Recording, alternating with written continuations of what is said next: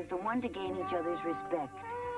And sometimes along the way, the strangest detours take us exactly where we want to go.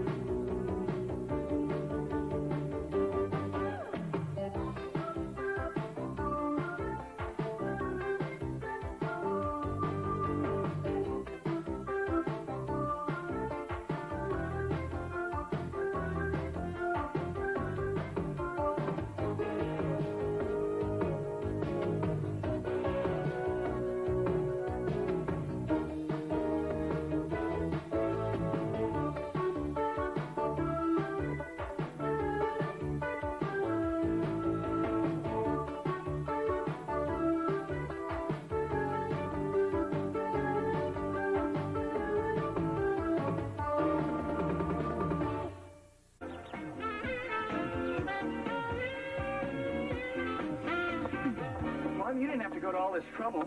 Kelly and I have been eating fine. Oh, sure. I know the way you and Kelly eat when Mary Ellen visits her folks.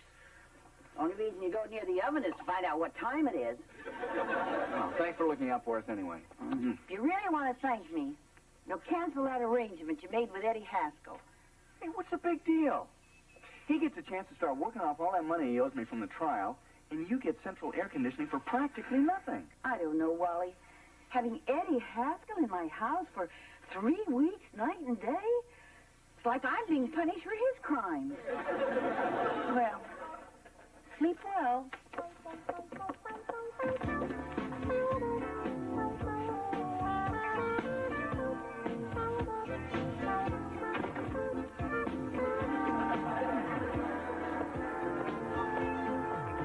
Dad. Can I have a pony? I don't think so. How about raising my allowance a quarter a week? Nice try, hon. Well, it worked for JJ. You mean she really got a raise in her allowance that way? No, she got a pony. Yeah, come on in. Hi, Dad. Hi, Kip. Care to join us? No, thanks. The reason I'm here is, well, a power line fell on Dickie Sokolsky's dad's car, and he's okay. Except he can't remember anything about baseball. Or Dickie's name. So we sort of need a new coach. How about it, Uncle Wally? Look, as much as I'd like to... We're already in the playoffs. And if we win our next game, we'll probably be playing Freddie Haskell's team, the championship.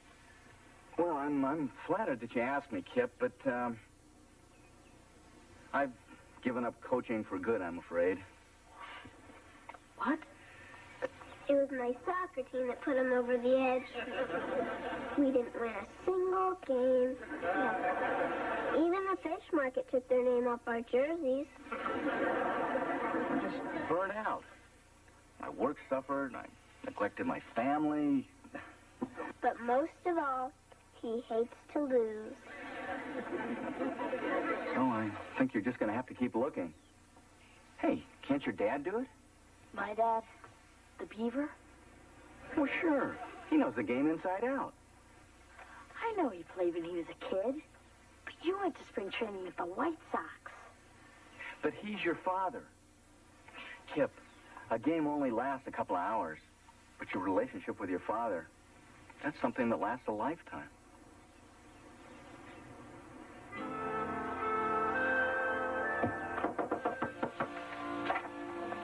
I just got off the phone with Jonathan Wood. He got the power more down at the baseball field, and he told me that he were playing next week. You're left-handed pitcher. So I figured he'd throw a lefty at him.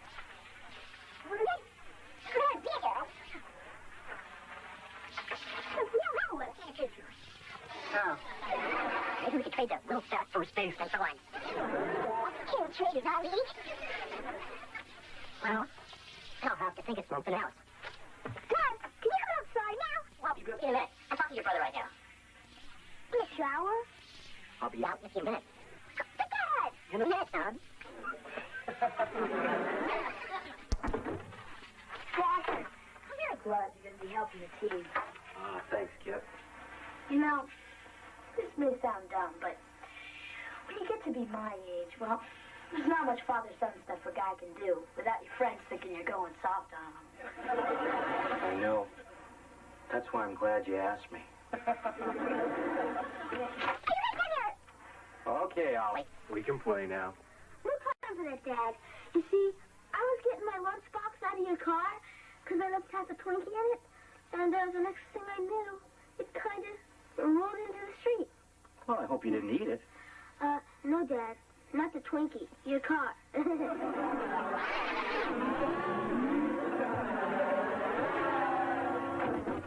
What for? Trigger ring. Good eye, good eye.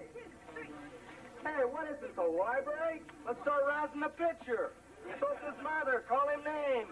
Tell him we got his cat in a pillowcase. Come on, get up here. Come on. On your toes, Freddie.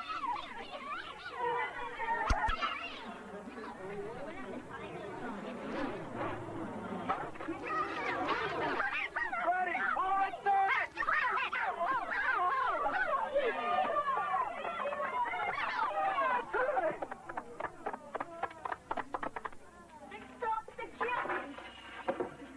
What are you doing here?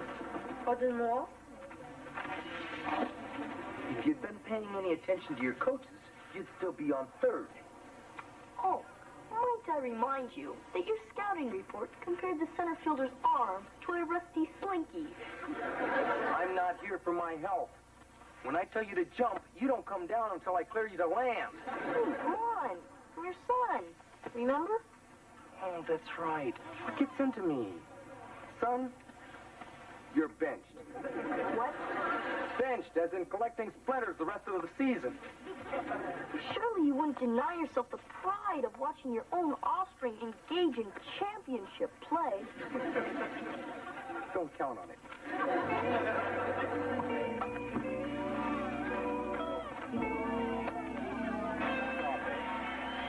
Big hand off. Green, come on, come on.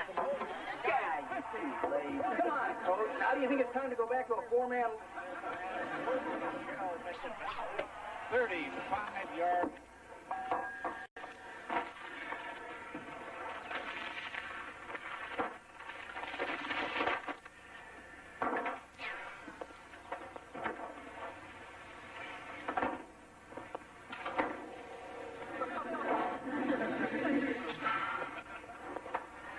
I don't know. Maybe I should start a garden.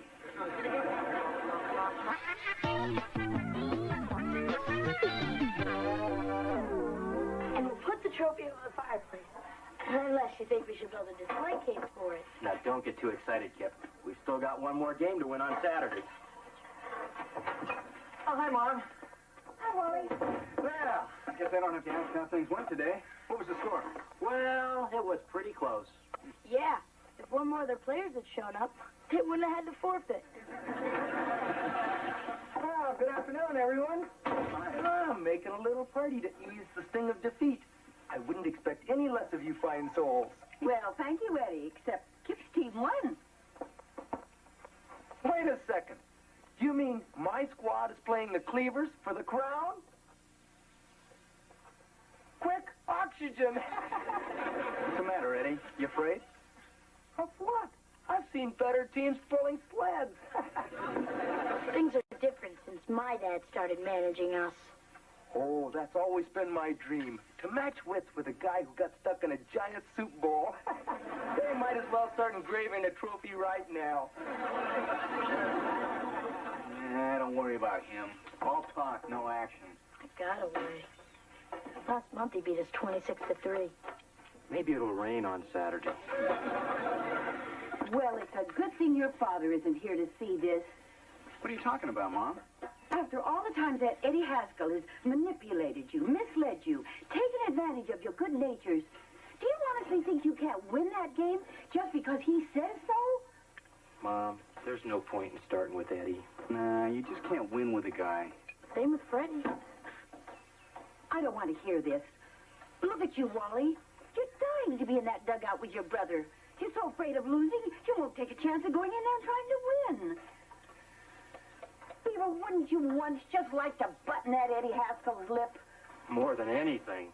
Well, then start acting like Ward Cleavers boys and get out there and kick their fannies.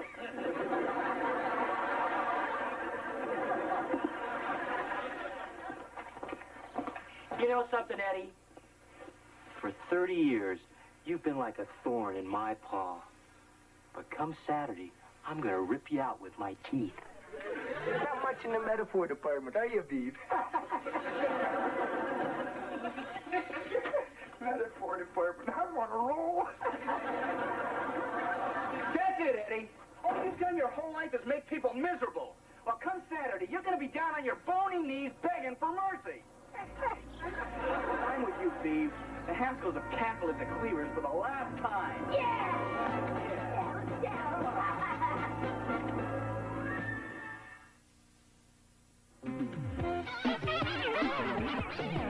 Next time. Yep, door works good now. That's it, you sports. Well, Mr. Haskell, what a coincidence finding you here. Freddie was just saying how he wished his father were around so he could share his good news with him. Right? Yeah, what he said. Well, I'll just leave you two to have a pleasant father and son talk. Okay. Olive? Oh, no thanks. I had a big lunch. Sir, I thought you'd appreciate my bringing this to your immediate attention. Hey, you got a 92 on the science test. That's out of 100, right? But of course, sir. Yeah, very good. Make a copy of this, mail it to your grandmother. Maybe she'll send you a couple of bucks. Good suggestion, sir. I do hope this stunning academic achievement has inspired you to reconsider my playing in Saturday's game. Play. You're lucky I let you keep your uniform. But, sir, what about my test? What? You want me to name a sandwich after you? Son, I'm doing this for your own good. The real world's a rough place out there. I'm just making sure you're ready to face it. You're too kind, sir. Good afternoon, ladies and gentlemen. Welcome to the Mayfield Youth Baseball League Division A Championship. Today's contest is the undefeated Mayfield Tigers, coached by Eddie Haskell, against the Cubs, coached by Theodore the Beaver Cleavers. Here we are. You know, if there isn't one of you guys who hasn't dreamed of coming up to bat in the bottom of the ninth in the 7th game of the World Series and knocking one out of the park.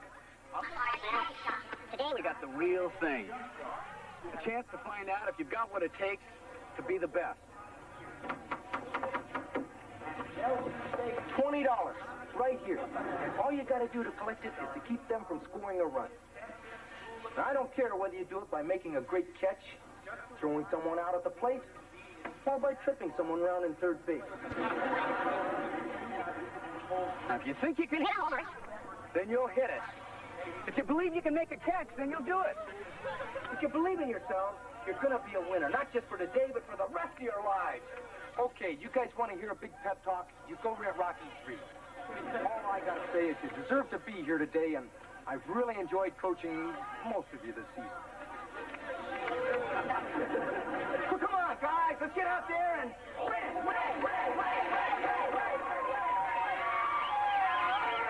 Okay, starting lineup. Freddie Haskell. Yes, sir? Go get my chapstick out of the truck. Okay, pitcher, Nelson. First base, Scheinberg. Second,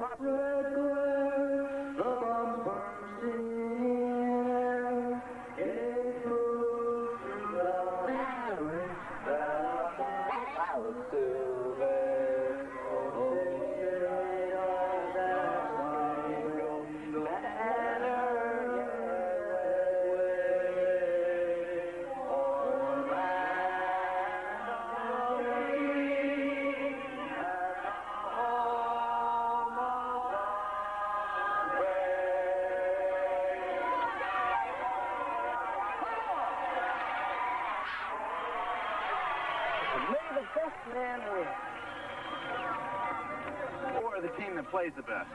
You know, Wally, I should carry around a pencil so I can jot down all the witty things you say. No wonder his mother joined the Merchant Marines. Come on, let's go. Come on, guys, let's go! Stop! First up, for the Cubs, shortstop, Cleavers.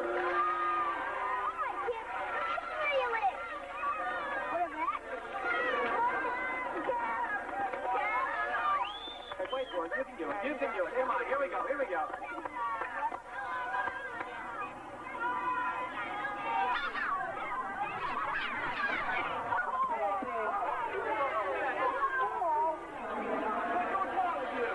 You okay? I'm okay, Dad. Hey, Eddie. That was intentional. Yeah, and so is this. Come on. Let's go. Come on, Kip. Let's get it now.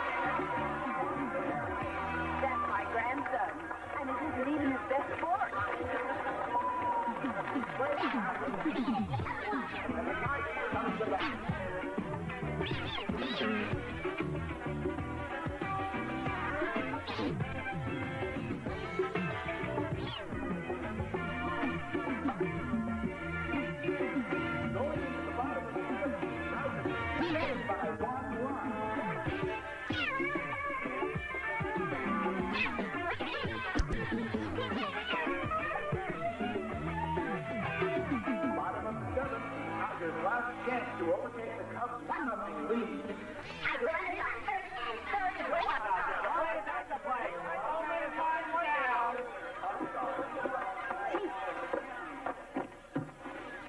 Hey, Roberts, where do you think you're going? You're up to bat, you lunkhead. Look, Coach, I'm really late. I got split. So what's more important than this game, pray tell?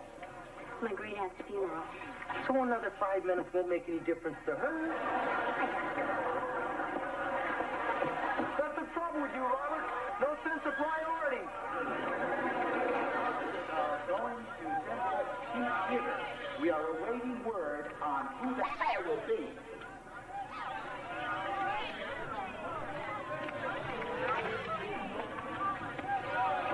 Hey, McGregor. Yes, Coach? How's the arm? Sir, to what length will you go to prove a point? Why don't you call your brother in military school and find out?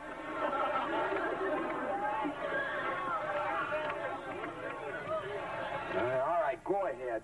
At least we'll have somebody to blame when we lose. Skating for Dylan Roberts, number 9, Frederick Haskell. Hey, Freddie, let's walk him. Come on, he's a hassle. Can't give him anything. Let him work for it.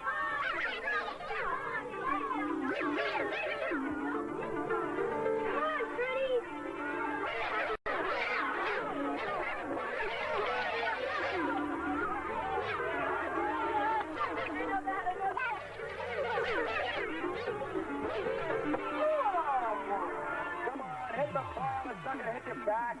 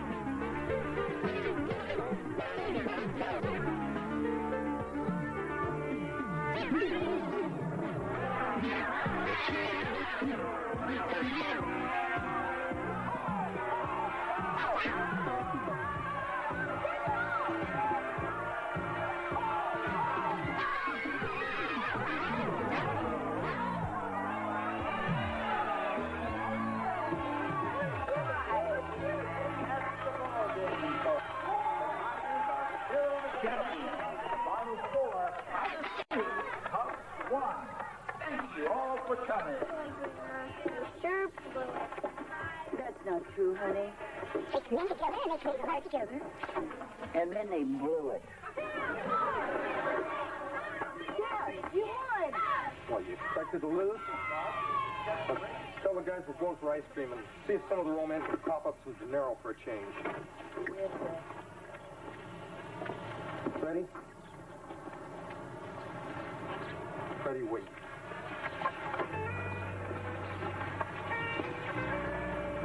I'm very proud of you, son. You've never said that to me before, sir. Well, there's been a couple of times I've wanted to. Look, I don't express myself well with words. Would it make you real uncomfortable if I... Hugged me? Yeah, or something like that.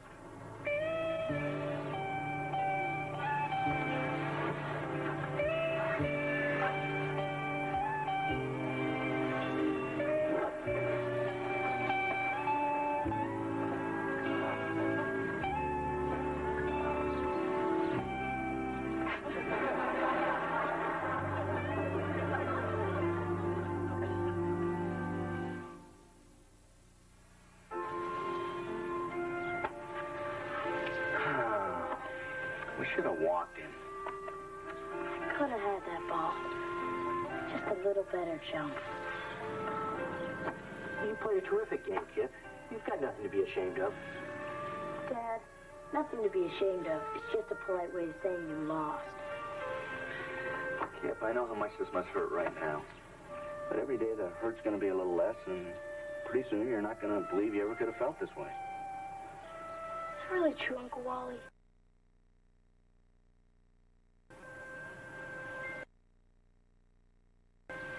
No. Hey, that was some game, huh, guys? Go ahead, Eddie. Start gloating. I'm ready. Hey, what are you talking about? Your team was in control all the way. And we just got lucky. Sometimes that happens with a better team. Could have gone either way, guys. Yeah, you guys did a great job with that club. You deserve the trophy, not us. No, you guys went fair and square. That was a great hit, Freddie. Not like the ball you put out of the park. Hey, did I see your dad hug you? No, I was just choking on a piece of hot dog. Hey, why don't you guys invite your team to join us for some ice cream? My treat. Well, that's a nice gesture, Eddie, but I insist on picking up the tab. Okay, if you insist, then thanks, Coach. See you there. What a rotten trick. Turning into a good sport. Now I can't even get the satisfaction of hating him. Just can't win with a guy. Oh, well. Maybe next year.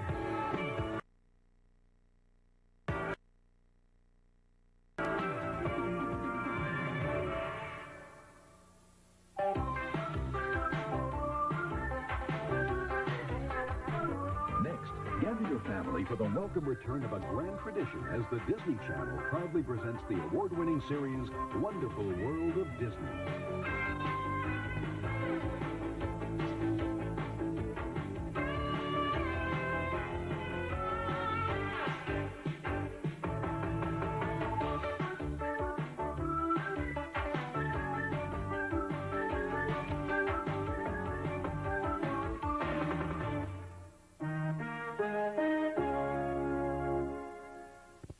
Leave it to Beaver. No, Kelly. We're not sure your parents are getting divorced at all. A divorce? You think my parents are getting a divorce? You know, Kelly, you may not believe this now, but sometimes the biggest changes are the best for everybody.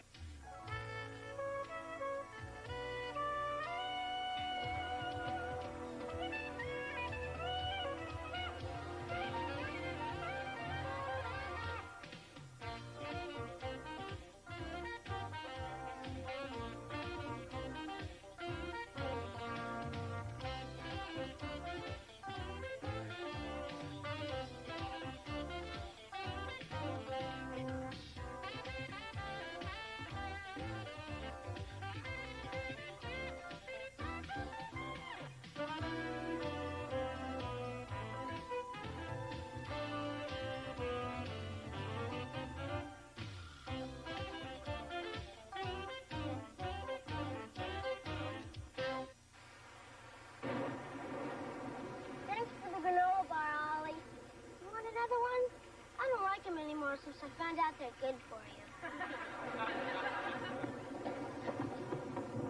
Look at this ring in my hair.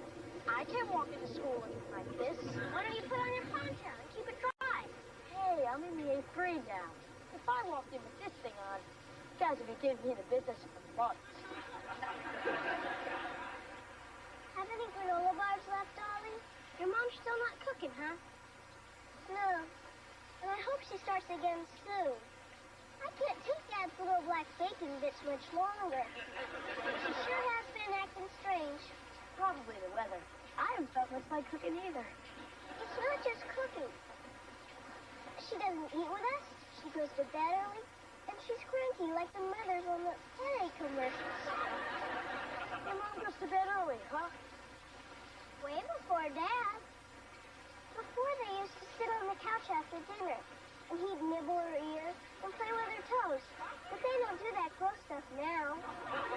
Yeah, our parents used to do that kind of stuff too until... Until what? Did I ever show you my appendix scar? Until what, Oliver? He wasn't singing anything. Just a kid. Yeah, just a dumb kid. Something's going on here. No, nothing. Right, Ollie? Right, Ollie. I mean, Kip. I mean, nothing. See how dumb I am. Wrong, isn't it? We're not sure. Are we, Ollie? No, Kelly. We're not sure your parents are getting divorced at all. Way to go, Ollie. A divorce? You think my parents are getting a divorce?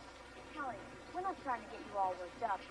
She said our mom used to do jokes like that before they split up. I don't believe you guys. My parents are not getting divorced. That's exactly what we said. Even after that night when she threw baked potatoes at us. Would you guys cut it out? There's nothing wrong with my family. You're right, Cal. There's nothing wrong with your family. But if there was, how would I know for sure? Well, our parents told us at a fancy restaurant. I guess they figured we wouldn't scream or nothing. There's Lumpy. Let's go. Geronimo!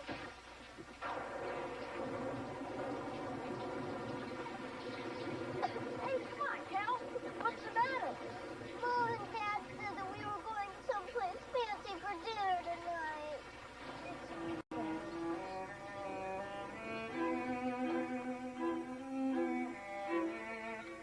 Honey, Kelly knows something's up. She's been acting strange all day. Well, it won't matter, because when she comes out of the restroom, I am going to get this thing out in the open once and for all. You?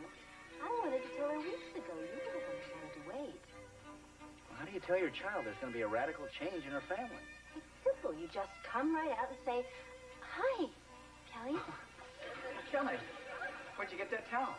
Oh, some lady in the bathroom was handing them out. That's nice. Yeah, I always liked this place. That you proposed to me here. It seems so long ago. Oh, excuse me, are you our waiter? Yes.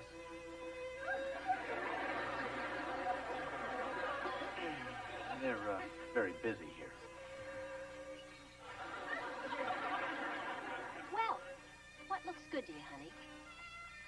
Oh, I don't know. Maybe we should have the family special. Why bother?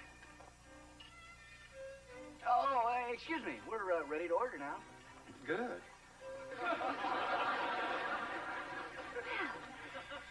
Look at her all dressed up. She's such a big girl. Yep, she's our big girl, all right. Our big girl. In fact, you're such a big girl that we can talk to you about anything now. Because you're such a big girl.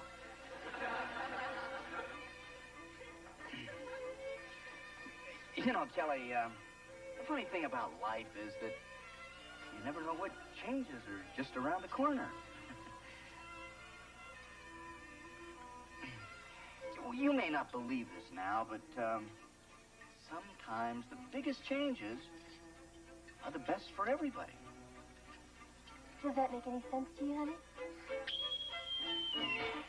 I'll be right there. No! You're getting a divorce. That's what you dragged me here to tell me. Please stay together, please.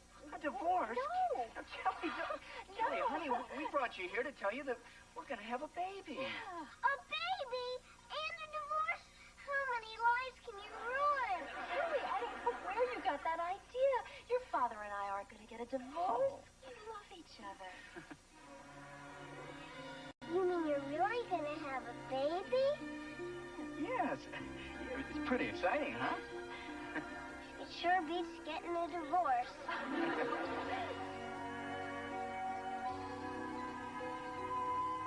Eddie, doesn't Carol have two beautiful daughters? Thanks, Mrs. Cleavers. Yeah, it's hard to believe I started out so young and innocent. It certainly is, Eddie.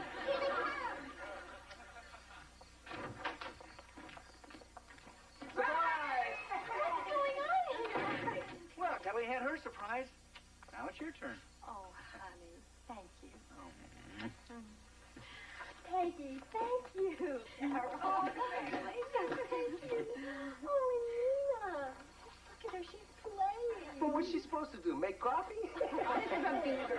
He wanted to be here tonight, but he had to stay late. He had to work on the Xerox machine. It's his training session. Nice. And this is from me and Gertie. Oh, Eddie, you didn't have to do that. Yeah, that's what I told her, but she got him anyway. Alice, you old dog, you're a lucky guy. Oh, I sure am. Especially because I'm not the one who's going to be blowing up like a beach ball.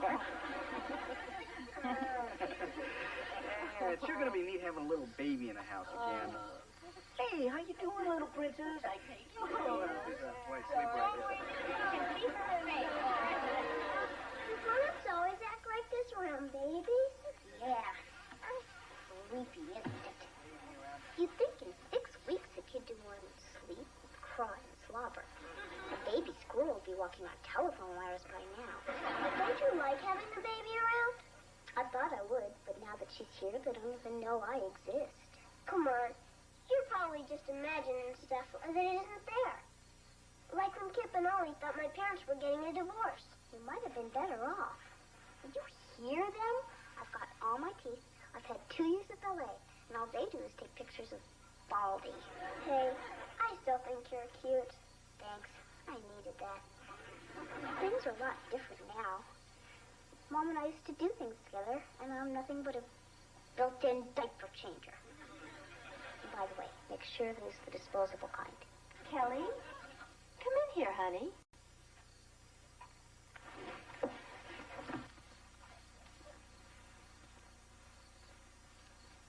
Come on, sweetheart.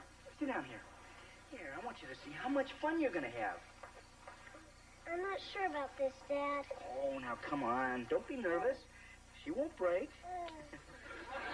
Isn't that adorable? She's going to make the most wonderful big sister, our big girl. That's right, kid. When the Cleaver egg hatches, you're going to be punching in full time. They're going to have you changing and feeding and babysitting. Yeah, if you're lucky, they'll give you a few hours off at Christmas. Mrs. Morgan, will you take her, please? Sure, Kelly. Thank you. Kelly, sweetheart, where are you going? I'm a big girl. I can go wherever I want.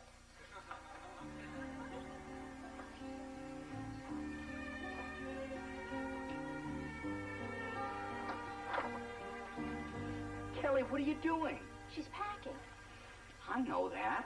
I wanted to hear it from her. I'm just taking the important things now. I'll send someone for the rest later. Wally, she's serious. Stop her. Trying to stop her now will do more harm than good.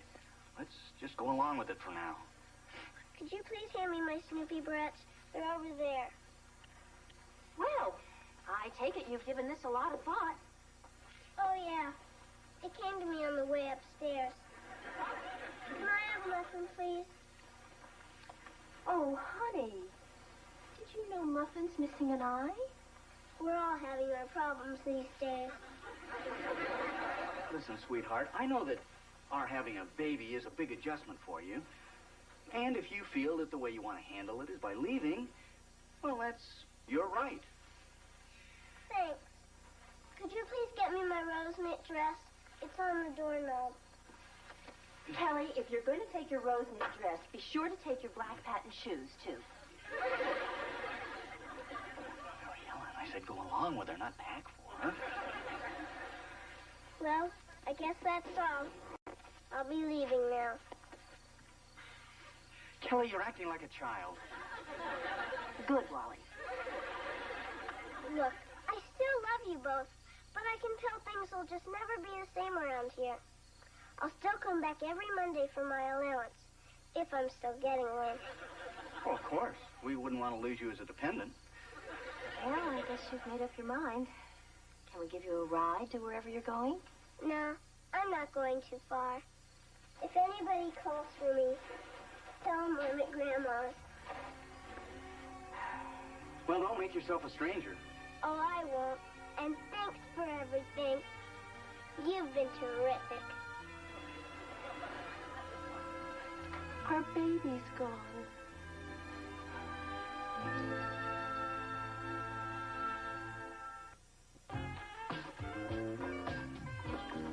Mom, eggshells have protein, don't they? Yes, dear. But if you want your omelet crunchy, I'd suggest green peppers. You'd think they would have invented something to do this for you. They already have. It's called a mother.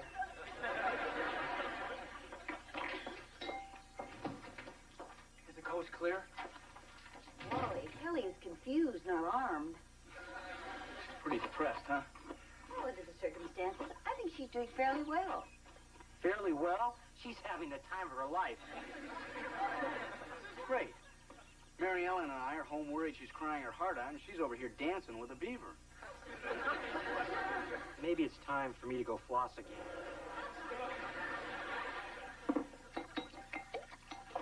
All right, that does it. Enough of this liberal 80s parent garbage. Fine. What do you propose to do about it? I'm going to drag her home whether she likes it or not. I guess you've forgotten that 2 days after we brought Beaver home from the hospital, you tried to trade him to the Donaldsons for their cat. I was like Puff Puff. It took you a long time to accept having a younger brother. You can't expect Kelly to adjust to it overnight. Well, I just wish she'd adjust to it at our house. Let her stay here for a while. She'll come home when she's ready. And when she does, make her realize that the baby is a blessing, not an intrusion. Let her help you pick out toys and furniture and even select a name. Thanks, Mom. You know, we should have just let you tell her in the beginning.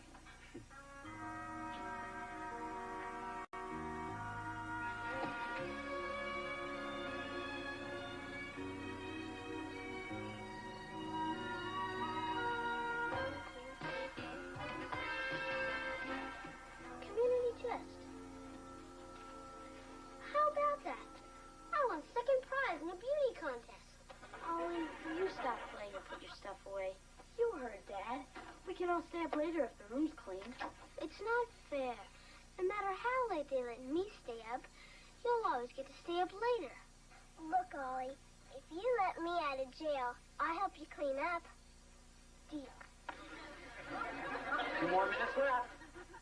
Dad, how come Kip always gets to go to bed at 10:30, and I gotta go to sleep the same time the kids in Hawaii are eating lunch? Oliver, we've been over this before. Kip is older than you. And when you get older, then you can have more privileges. He gets all the privileges. Time's a wasting, guys. If you meet your deadline, then you can each stay up a half hour more than usual. Oh, and may Allah be with you. Hurry, Ollie. Then we can finish our Monopoly game. Yeah, and I could stay up later and watch videos. You don't even listen to the music. You just watch the girls. What a dodo. You're just jealous. Will you move it? Maybe I don't want to. Then I'll do it. I want to stay up. Time's up. No extra privileges tonight, guys. Sorry. There. Are you happy now? You're such a baby sometimes. I'm not a baby. You're right. You're a grubby little infant. Yeah? You're a goofy glob of nothing. Baby, baby, baby.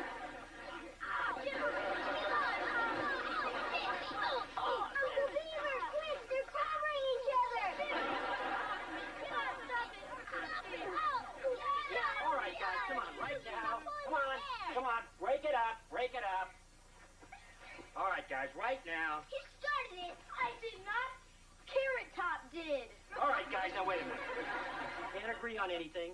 you can both just spend the entire day tomorrow in the house. But, Dad... No buts. Now, you had your chance. Maybe next time you can take advantage of it. Thanks, Ollie. I've got a big baseball game tomorrow. Now I'll miss it. You better stay away from me for the rest of your life.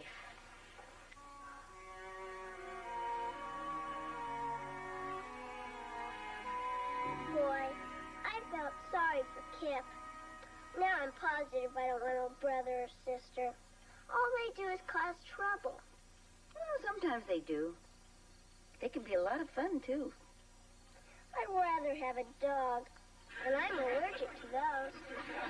Probably a brother or sister can be the best friend you'll ever have. So can a dog.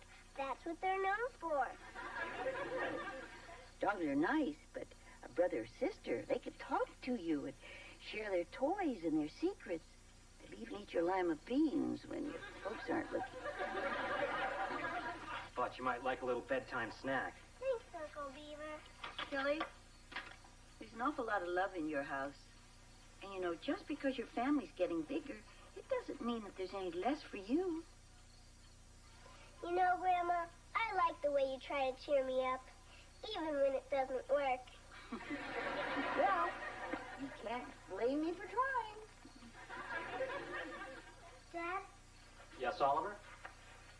I have a confession to make. I started the fight upstairs. I also didn't clean up my half of the room when I was supposed to. Is that true, Kelly? Kip? I never meant for you to miss your game. And I just got so mad because I'm not older, and it's not your fault. Well, Kip, I guess you can play in your game tomorrow. And stay up a little bit later tonight. Hey, great. Thanks, Dad. And thanks, Ollie. It takes a real man to admit what a creep he's been. Aw, thanks, Kip. Does this mean I don't have to stay away from you for the rest of my life? Sure. You know that $5 I owe you? Yeah? Well, here's one of them. I'm gonna die. Dad, am I still grounded? I'm afraid you can't wiggle out of that. But I'm very proud of what you did tonight. And I'm going to make sure you get back those other $4. Well, I guess the least I can do is go upstairs and pick up the stuff that's getting moldy. Wait a minute. I'll give you a hand. I love this father-son stuff. Boy, Ollie sure was brave. Sure was.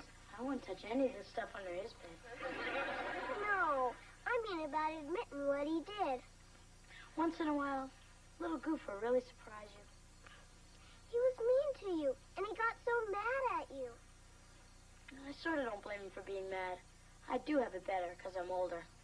He still does a lot of nice things for me, though. Like what? Well, once he wet my towel for me, so Dad thought I already took a bath. Really? Yeah. Then last year, when I wiped out on my skateboard and broke both arms, brushed my teeth for me. I guess a younger brother could come in handy. Especially when all my friends are busy. I always have Oliver to goof off with. He'll do lots for me a friend wouldn't, like that $5 he loaned me 3 years ago.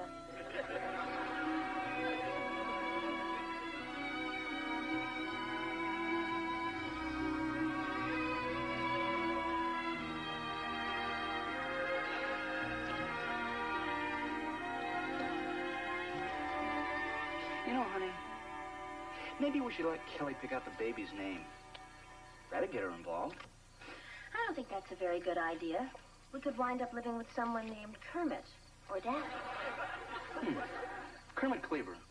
It's got a nice ring to it. Honey, I don't think so. Kelly! Oh, honey, it's Kelly. Oh, hi, pal. I just want you both to know that it's all right with me if you have that baby. I think we can make it work now. Oh, honey, I'm so glad to hear you say that. But what made you change your mind? Well, when you told me about the baby, I just thought of the bad stuff. I didn't think that maybe one day I might need somebody to brush my teeth for me. Well, it's time for me to go to bed now. Good night, Dad. Good night, honey. I love you both. Good night, baby. I can't wait to meet you.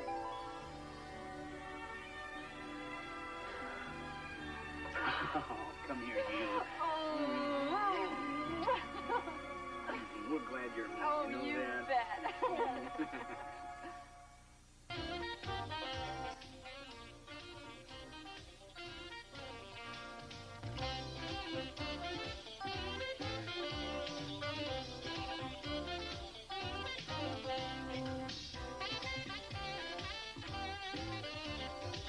Take care of yourself and your family with a show that puts parenting in perspective.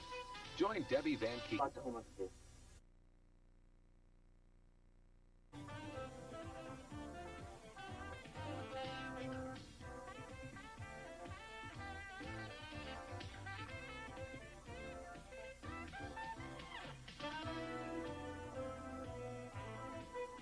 The new Leave It to Beaver. Relax, honey, or you won't be able to sleep at your own slumber party. But, Mom, this is my first party. If I didn't know better, I'd say you two clowns were here to crash the debutante's ball. Hey, look, don't you think if those two boys weren't in this house, we would have heard about it by now?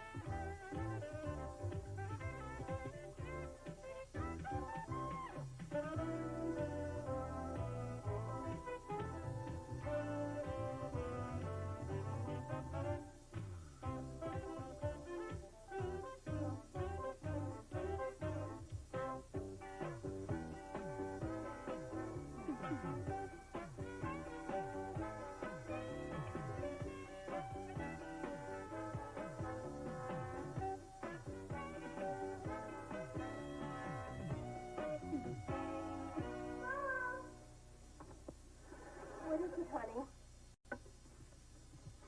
Quick, Dad. It's almost 6 o'clock. My guests are coming. They'll spoil everything. Oh, now, calm down. He just called from the 5 and dime, and they're all out of round balloons, so he's going to try the toy store. Well, we gotta have the round ones. You can't make water balloons with the long ones. They break before you throw them. Not that we're gonna throw them. Relax, honey, or you won't be able to sleep at your own slumber party. But, Mom, this is my first party. And if it's wrong, nobody will let me cut in line at lunch or pass me notes during assembly. I'll probably have to take someone and take me to the prom.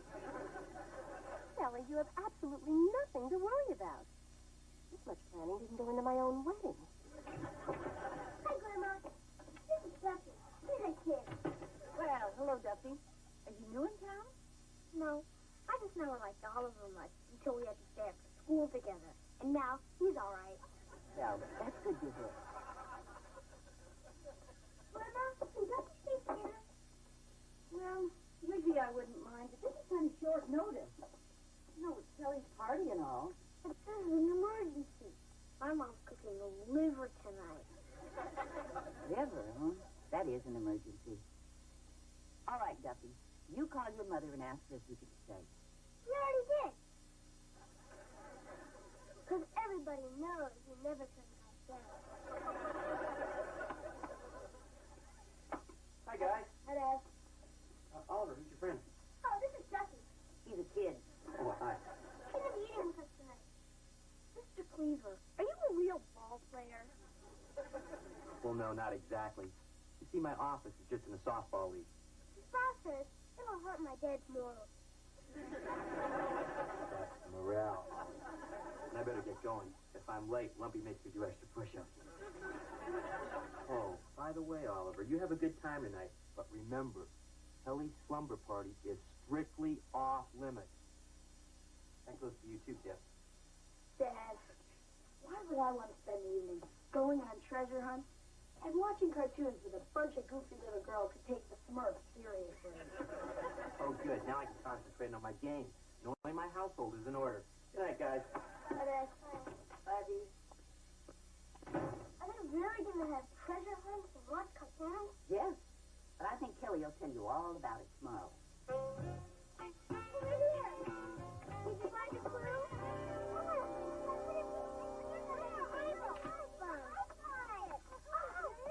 The main one. Over here. Let's look at the piano. Oh, yeah. Now nowhere I got it. I found the clue. Come on, what did it say? The treasure hidden under something that begins with the letter C. Let's go look under the potato chip.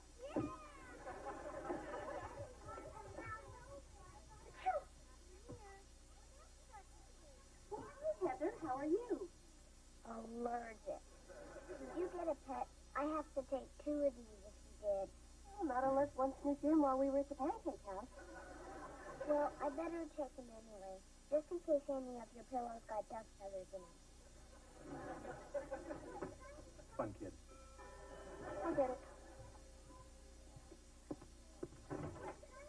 Hi, Peggy. Hi, Mrs. Cleaver. This is my cousin Rebecca from Chicago. The suburbs, to be exact. Hi, Rebecca. Thanks for walking Peggy over. Can you find your way back? Well, actually, my folks are right out this evening, and I wondered if it would be okay if Rebecca came to the party. Oh, well, gee, Rebecca. I mean, all the other kids are much shorter than you. No sweat, Cleaver. Don't worry about me. I love children. Well, come on in.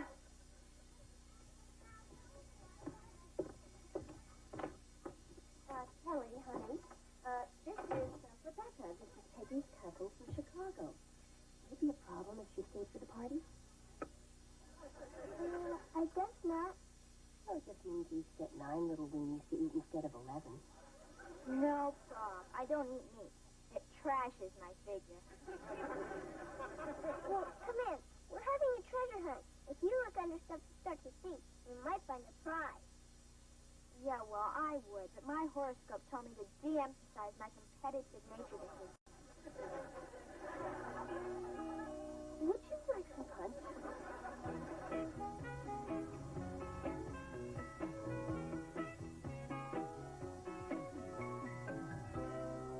Pretty fun game, huh, Duffy? Yeah, fun. Who's winning anyway? I don't know. I stopped keeping score an hour ago. Who's winning then? It was either you or me. It was 279 to 263 with Duffy in the lead.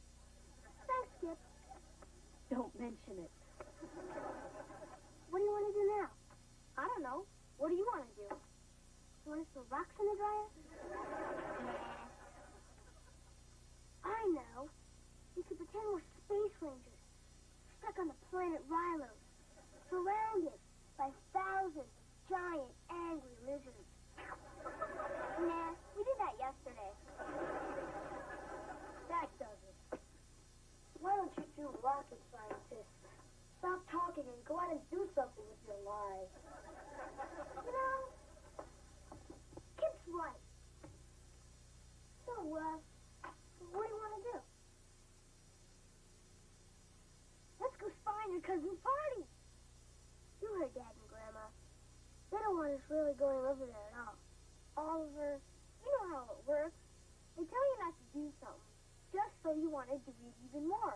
Then you do it, they get to yell at you, and everybody's happy. Yeah.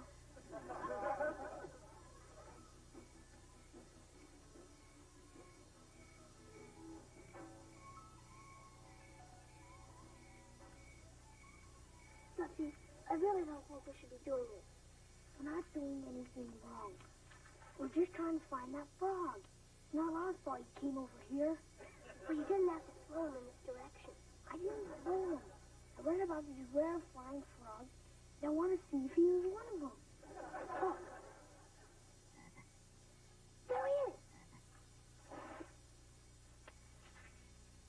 All right, we got him. Oliver. His dad said we couldn't go to the party, but he didn't say we couldn't look at it. I suppose it would be okay. But we better forget about what we saw as soon as we get back. Okay, go take a look. Oh, wow. If it isn't the Junior Neighborhood Watch. Mr. Haskell, what are you doing here? I have a standing invitation to Casa de Cleavers. And besides, some little tyke lost her retainer down a drain, so they call me. Wally's too cheap to pay a plumber. Now, what's your excuse?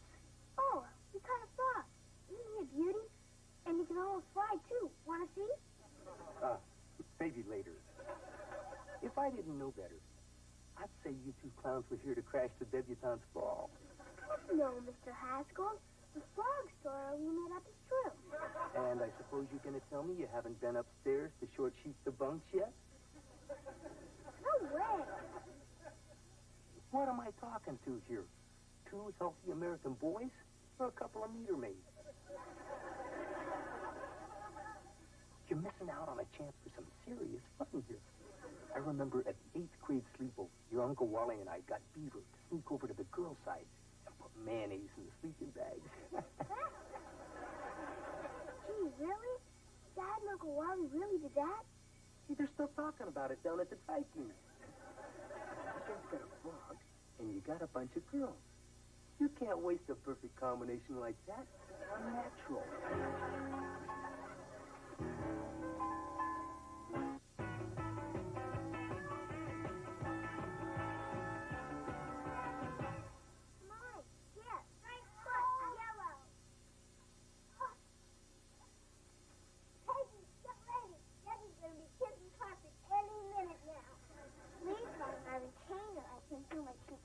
Already. Oh, honey, don't worry. We'll find it. Come on. Yeah, I think I can get it, Wally.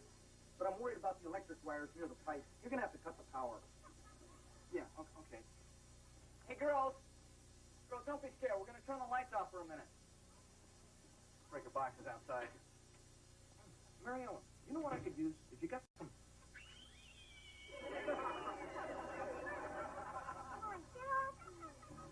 Mary Ellen, have you got some rags? Sure, hold on a sec.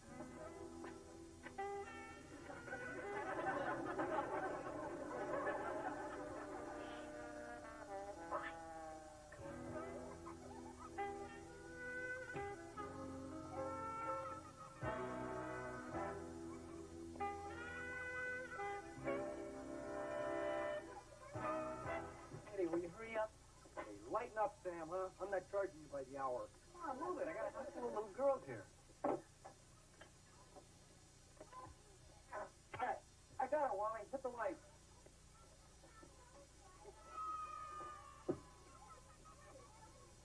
Thanks, mister. My mommy said if I lost another one, I'd have to pay for it myself. Well, maybe you'll think about that next time you decide to toss your cookies in the sink.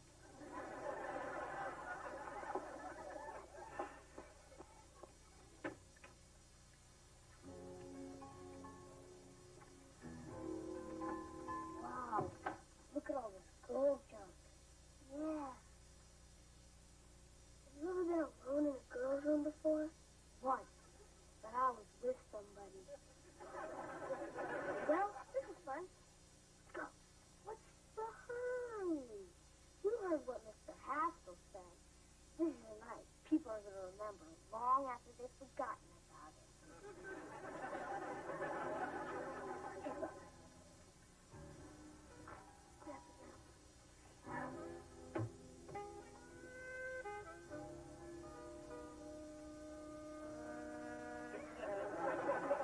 Good luck, Mr. Froggy.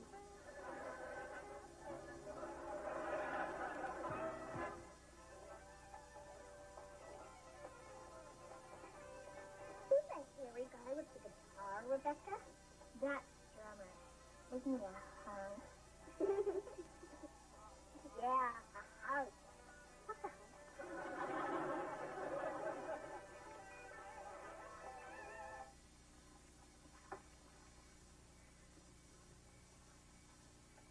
Look, I'm Cinderella. And she's Cleavers.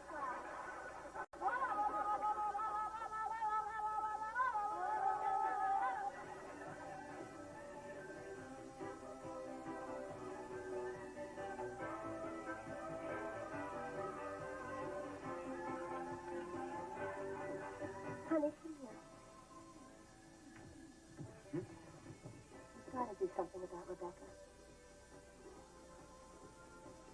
Well, honey, I think you're overreacting. She's different than the other girls, and I find her interesting. You remember the song, It's My Party and I'll Cry If I Want to? You would cry too if it happened to you. I'm on the case.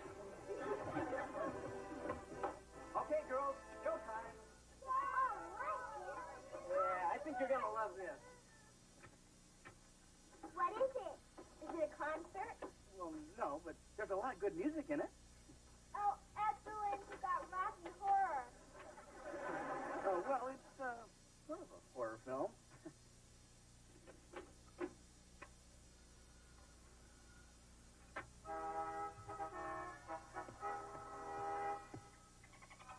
Flipper's Hawaiian Adventure. Don't worry. It starts a little slow, but it really picks up when he gets caught in the tuna net. As much as I love camp classics, I think I'm going to go upstairs and do a number on my hair, if that's okay with you, Kelly. Oh, sure. Go ahead. No problem. Can I come along, too? That's cool.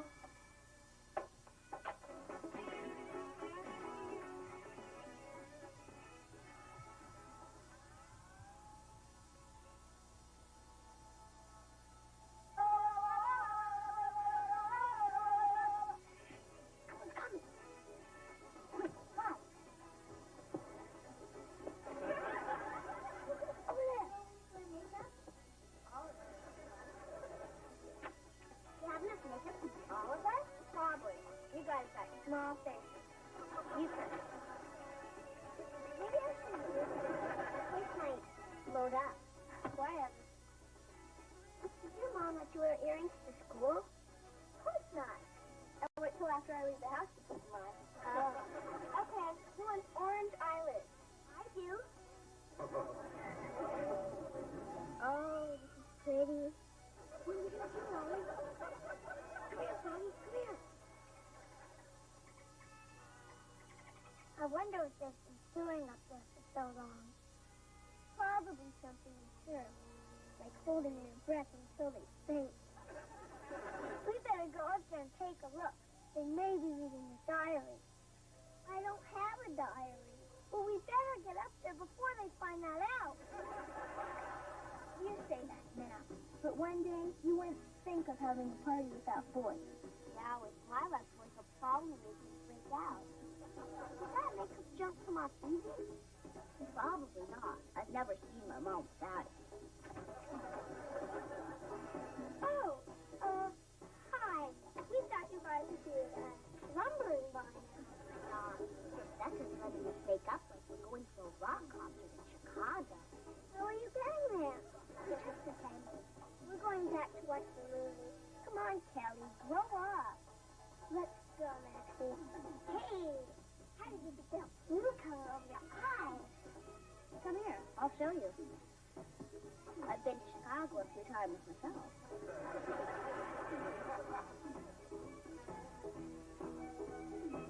Rebecca, can you do something for me, too?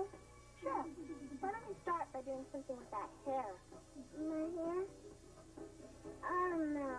No problem. If you don't want to do this, just go back downstairs and see how the big fish is doing. What'd you have in mind? Let's just use our imagination.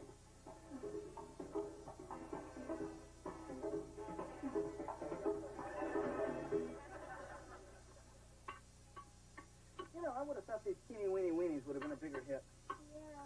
Next time we'll have to try those teeny tiny tacos.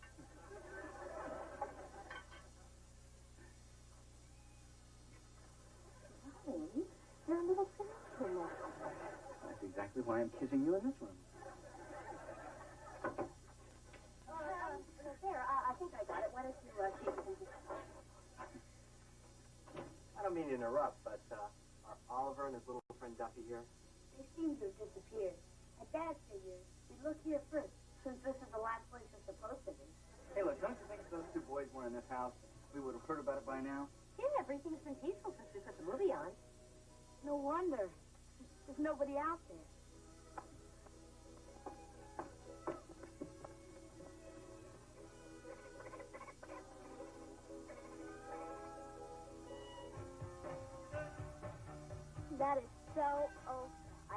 love it. Wow, Kelly, you look different. I know.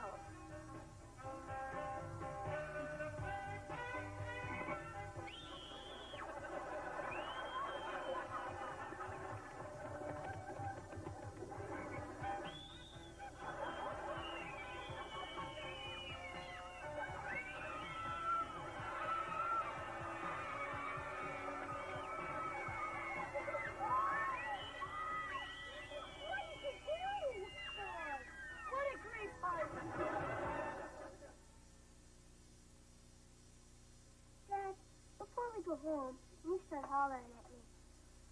Can I say a few words to my Aunt Mary Ellen and Uncle Wally? Sure. You're entitled to one last request. I apologize for sneaking over. And even though you probably don't like Kelly's new hair as much as I do, she only did it because her friends ditched her party, and they started doing dumb things first. Thanks, Ollie. I wish I could say something to get you in less trouble. Don't feel bad, Kelly. It wouldn't make any difference. I guess we'll see you tomorrow. Good night. Good night. Am I going to have to shave my head now? No, I'm sure the beauty parlor can return your hair to its normal color. You mean like they always do with yours? Sort of. Kelly, it's not the color of your hair that we're worried about. No, we're just upset that you let those girls pressure you into dyeing it in the first place. But it was my party, and I didn't want to be left out of it. Kelly, there are going to be a lot of times when you'll want to go along with something just to be part of the crowd. You don't have to lecture me anymore, because I feel like the dumbest kid that ever lived. Well, maybe it's better that this happened to you now, so that next time when the gang says, hey, come on along, nothing bad's going to happen, you'll know better. Don't worry, Dad. I'll never forget this. I'm going to be the only kid in Sunday school tomorrow morning who looks like a skunk.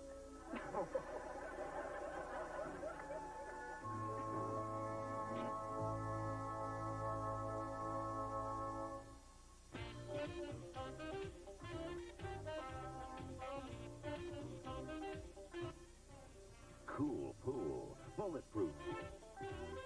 Vanity fast food. Catch the noise on the street tomorrow night at 8. Street Noise, only on YTV.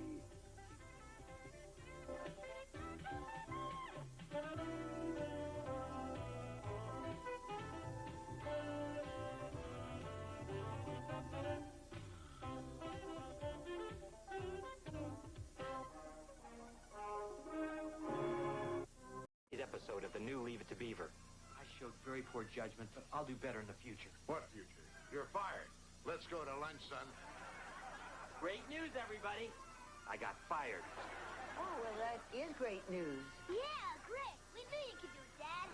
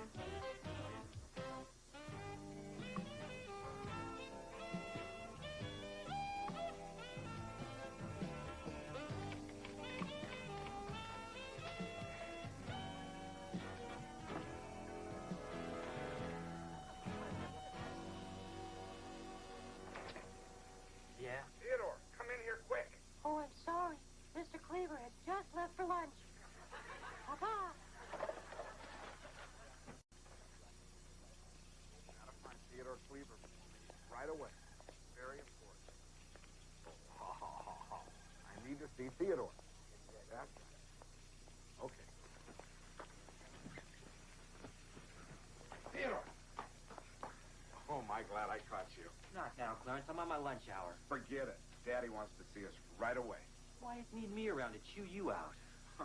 No one's getting chewed out this time, Theodore. Matter of fact, if my hunch is right, he's going to treat us to the biggest lunch we ever ate. Your dad? The man who leaves company pens for tips? He just got off the phone with the Merrywell people, and he was very excited. They actually went for your proposal? Ooh, I still wish you'd let me look it over. Hey, this is my baby. I'm not going to share the glory with anybody. How's my tie look? I don't like it. Hi, Daddy. Come in, boys. Hello, Mr. Rutherford. I'm glad you're here. I just got the word on the Merrywell account. So soon? Yes, and I must say I'm surprised by what I hear. I've just got to know which one of you boys put those figures together. Well, Theodore and I have done some fine work together in the past. But this baby is all mine. I should have known. You big oaf! You're the idiot that cost us the biggest account this company has. 28% of our pre-tax income down the drain. A common house pig with half a brain wouldn't foul things up this badly. Daddy, remember my asthma. How can I forget 6 years of asthma camp? I think I treated you like my own son. I am your son. Don't remind me, you spineless jellyfish. Excuse me, Mr. Rutherford, sir. What is it, Cleaver? Well, it's about the Merrywell account. It really wasn't Clarence's fault. What are you talking about? Well, sir, you see, I made some last-minute changes in the figures that Clarence wasn't aware of, so you can stop yelling at him. That true, son? Well, yes. He says so. Yes, it's true, Mr. Rutherford. I showed very poor judgment, but I'll do better in the future. What future? You're fired. Let's go to lunch, son. Yelling makes me hungry. Gee, you really didn't have to do that. I never realized what a great friend you really are. Thanks. Thanks? I lose my job covering for you, and all I get is thanks? Hey, don't worry. I'll put in a good word for you when things calm down. Clarence, will you move it? For now, I wouldn't buy anything on time. Coming, Daddy.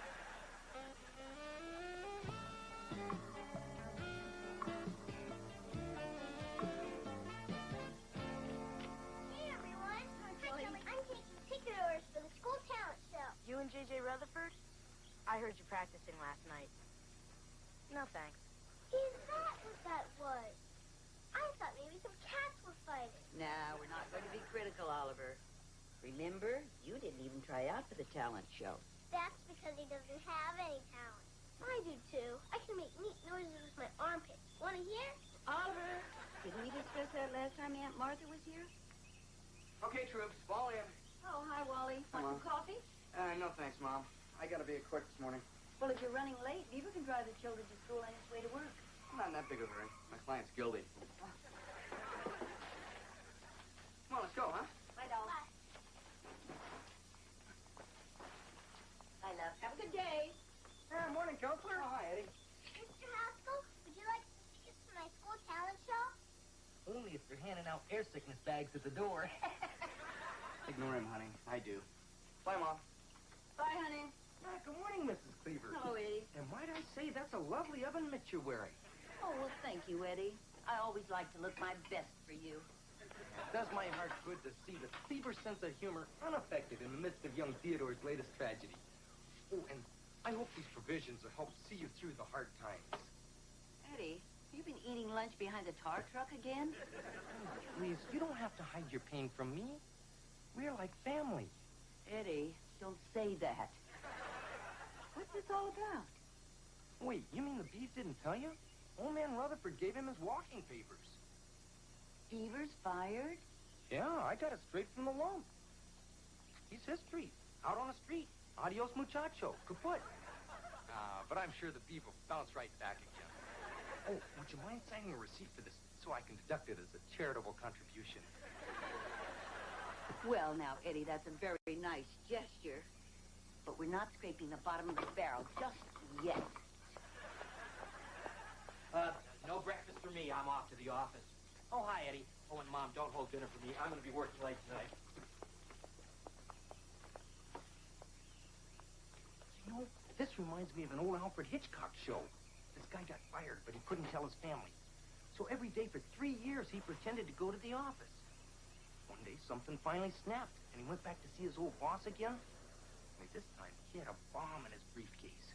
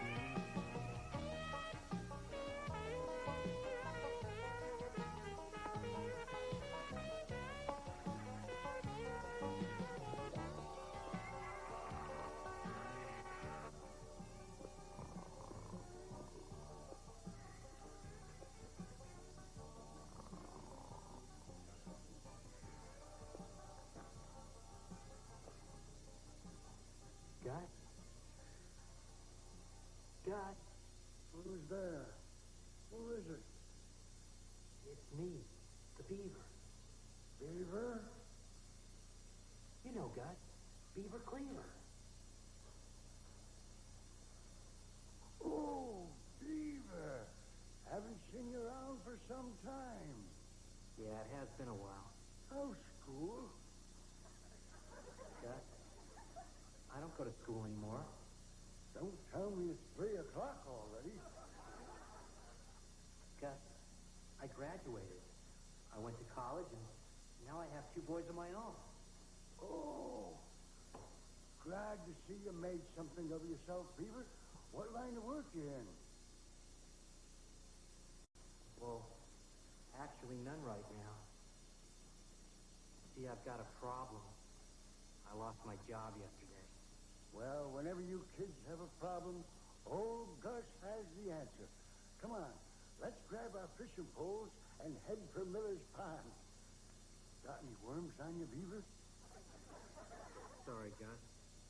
Not that simple anymore. I'm out of work because I took the blame for somebody else. Now I can't even face my own family.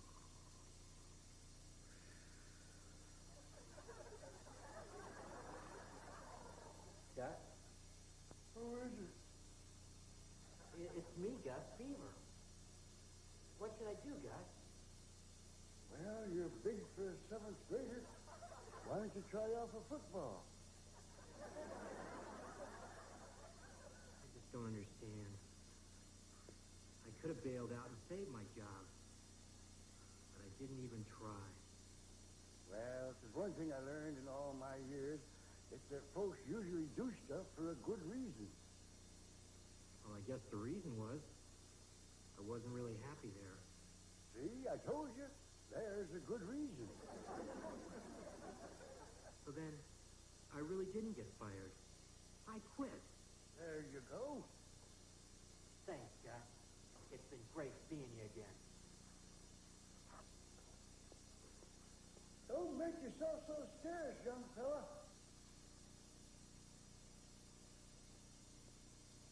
Like one heck of a linebacker.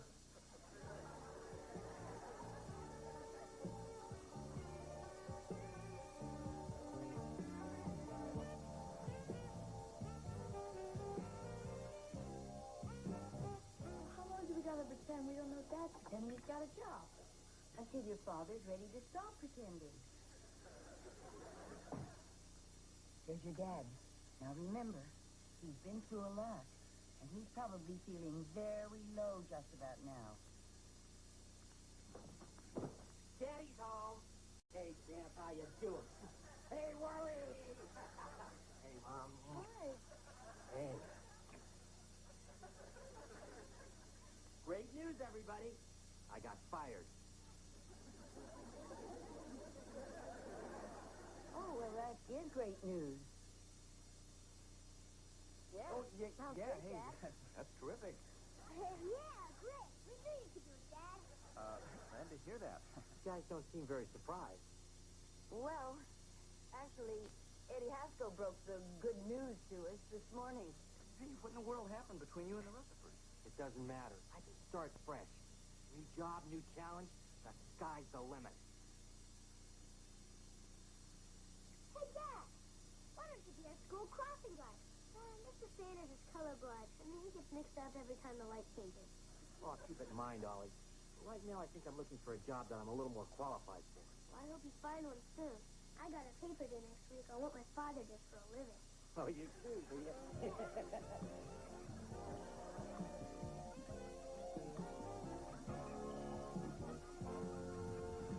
Ladies and gentlemen, Kelly Cleaver and J.J. Rutherford.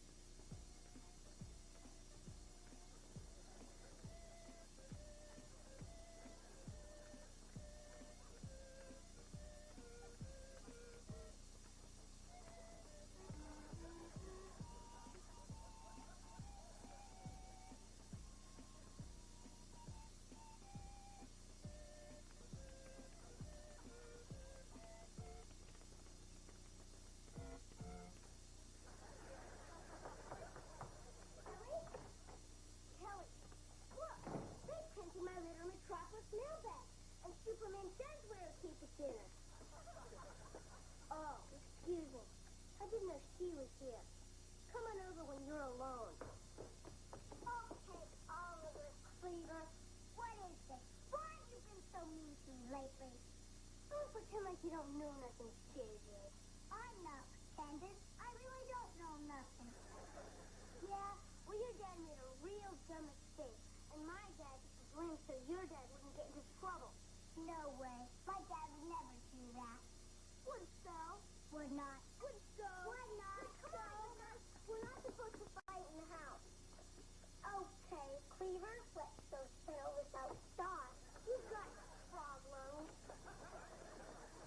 Oh! Hey, what's all the yelling down here? Nothing left to know about, Dad. Mr. Cleaver, Oliver's been making up stories about my dad, and I'm a guest in your house. Tell her, Uncle Wally. Tell her what Dad told you when I wasn't supposed to be listening. JJ, I think that... Oh, I think I have to answer the door. Oh, hi, Lon. Hi. Are you ready, honey? We have dinner reservations at 7. Let me just get my book. Did you move yet? Oh, why? Because my dad said you wouldn't be able to live with yourself.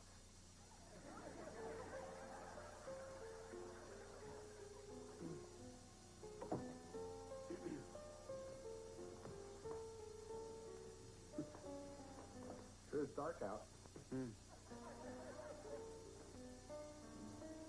So, what's new with the law? Well, right now I'd say it's the only thing that's keeping Beaver from blowing up your car. Give me a break. You know there was nothing I could do. I mean, it's a jungle out there. Dog eat dog, big fish eat little fish. Yeah, come on, who do you think you're talking to? Marlon Perkins? I know what happened over there. You were afraid to stand up to your father, just like you've always been. That's not true. When he told me to buy a blue Mercedes, I bought a red one instead. Yeah, when he was out of town. Look, it was the same thing when you were 15 years old and he made you take tuba lessons. You never did tell him how much you hated it. You know, you just can't talk to my dad the way you could talk to yours. Will you look at yourself, Lump? He's got you so afraid you can't even admit the truth. Hey, you're bright. Some people are so inconsiderate. Claire? That's my little mushroom. Oliver said you let Mr. Cleaver get fired because of something you did. I told him my dad wouldn't do anything like that. It's not true, is it?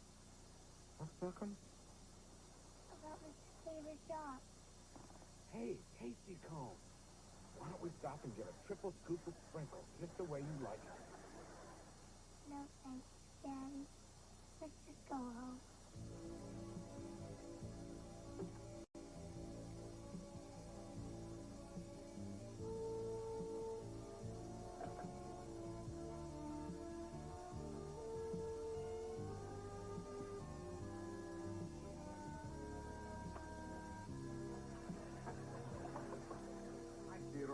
come in. What do you want to do? Make sure I'm not taking any office supplies? Oh, no, I trust you. I just wish there was something I could do for you. Like maybe a letter of recommendation or a low-interest loan. Anything. Still here, Cleaver? Might as well take your last paycheck. Save me the stamp. Thank you, Mr. Rutherford. Yeah, I'm sorry it had to turn out this way, Theodore, but I want you to understand I don't take this lightly. I liked your father because, well, he was a loyal friend, a hard worker, and a very average golfer. Too bad the only thing you inherited was the hitch in his swing. Daddy, you really shouldn't say those things about Theodore. Are you contradicting me? Well, in my opinion, he has a better business sense than most of the people in this company. Well, what do you know about it, you big lummox? If he's so good, how come he lost up the Maryville account? He didn't. I did. I can't lie anymore. I'd like to be able to look my daughter in the eye again. Are you telling me you lost the account, you big oaf? I'm not an oaf. I'm not a lummox. I'm a grown man with a family of my own. We're all human. He shouldn't fault somebody for trying to do the very best he can. And another thing, no more tuba lessons. Well, what can I say except it takes a big man to stand up to his father and a bigger man to admit his mistakes. I'm proud of you, son. Gee, thanks, Dad. You're fired. Fired? Cleaver? Welcome back. Teeing off at 3 o'clock. Care to join me? Thanks, Mr. Rutherford, but, no thanks. I really wasn't happy working for you. You're not supposed to be happy. You're supposed to be working. Well, you can call me a dreamer, but I'm going to try and find work where I can do both. Well, Cleaver, I respect your sunny optimism, no matter how boneheaded it is.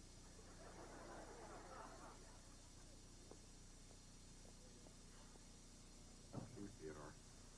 That was a very courageous thing to do.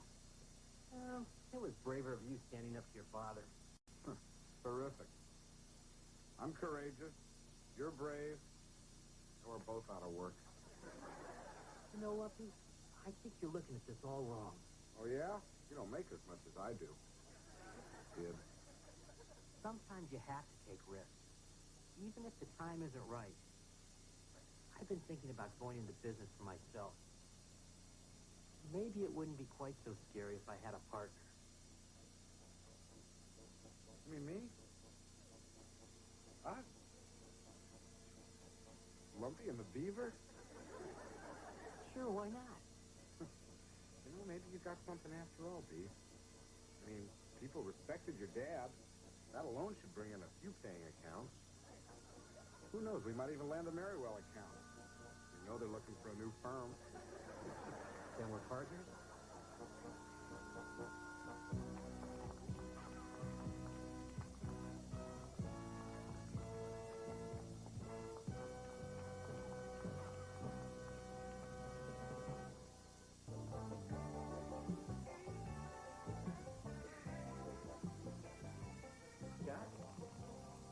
Scott?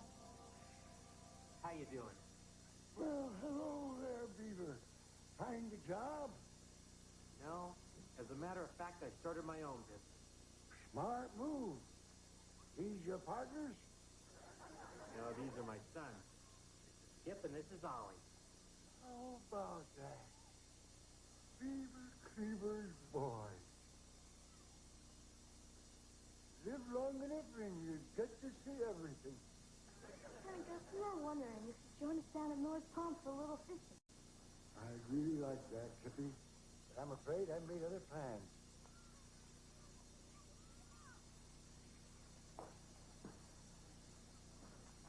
Her daddy's loaded.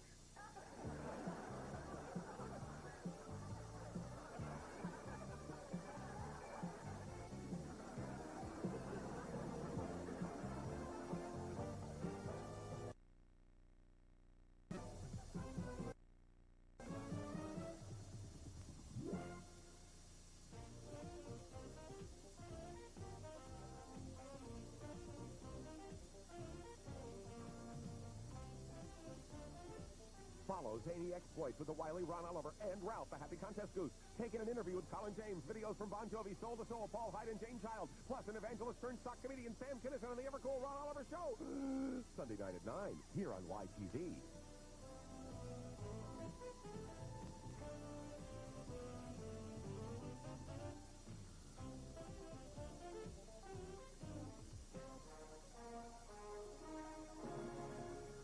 A Quintex production. Episode of the new Leave It to Beaver. I showed very poor judgment, but I'll do better in the future. What future? You're fired. Let's go to lunch, son. Great news, everybody. I got fired. Oh, well, that is great news. Yeah, great. We knew you could do it, Dad.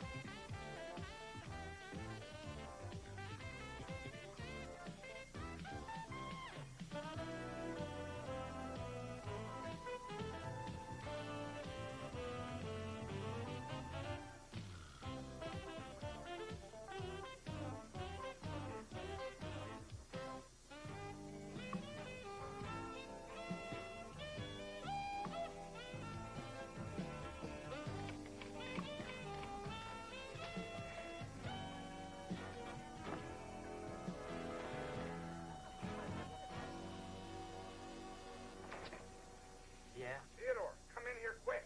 Oh, I'm sorry. Mr. Cleaver has just left for lunch. Papa! Gotta find Theodore Cleaver right away. Very important. I need to see Theodore. That's right. Okay. Theodore! Oh, my glad I caught you. Not now, Clarence. I'm on my lunch hour. Forget it. Daddy wants to see us right away. Why does he need me around to chew you out? No one's getting chewed out this time, Theodore. Matter of fact, if my hunch is right, he's going to treat us to the biggest lunch we ever ate. Your dad?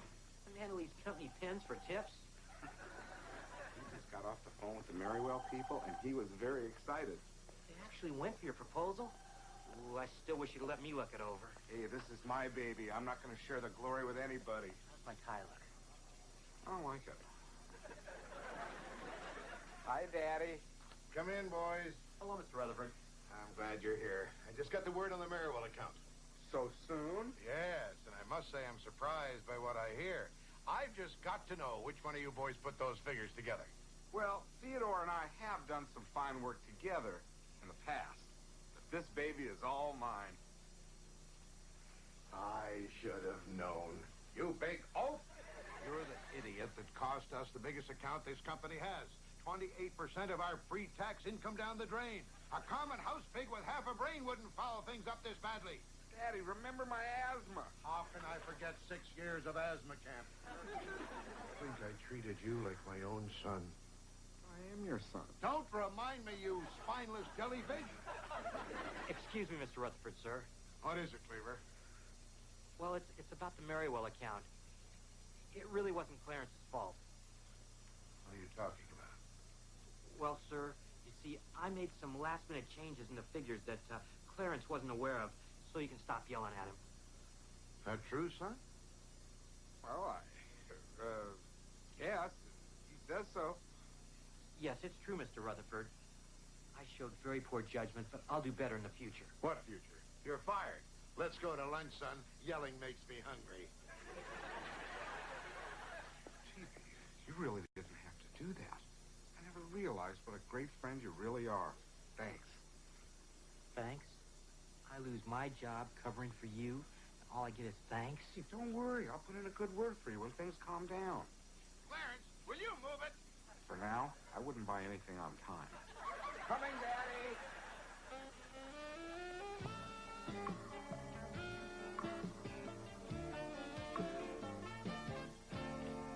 Hey, everyone.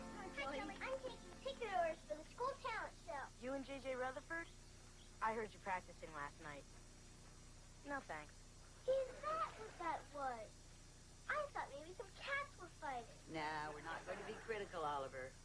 Remember, you didn't even try out for the talent show. That's because he doesn't have any talent. I do, too. I can make neat noises with my armpits. Want to hear? Oliver, didn't we discuss that last time Aunt Martha was here? Okay, troops, fall in. Oh, hi, Wally. Want some coffee? No thanks, Mom. I gotta be at court this morning. Well, if you're running late, Beaver can drive the children to school on his way to work. I'm not in that big of a hurry. My client's guilty.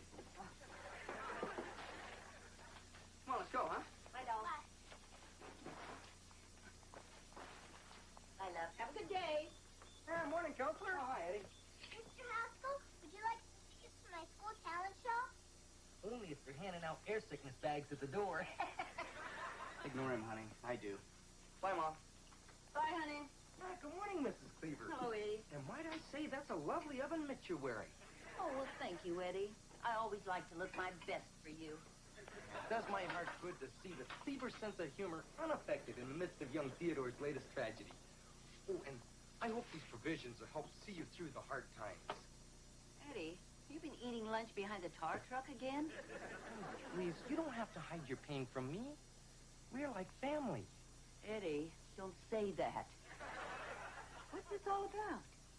Wait, you mean the Beef didn't tell you? Old man Rutherford gave him his walking papers. Beaver's fired? Yeah, I got it straight from the lump.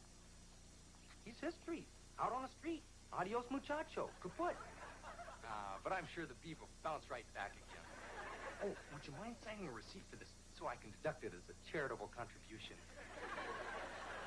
Well, now, Eddie, that's a very nice gesture. But we're not scraping the bottom of the barrel just yet. No breakfast for me. I'm off to the office. Oh, hi, Eddie. Oh, and Mom, don't hold dinner for me. I'm going to be working late tonight. You know, this reminds me of an old Alfred Hitchcock show. This guy got fired, but he couldn't tell his family. So every day for 3 years, he pretended to go to the office.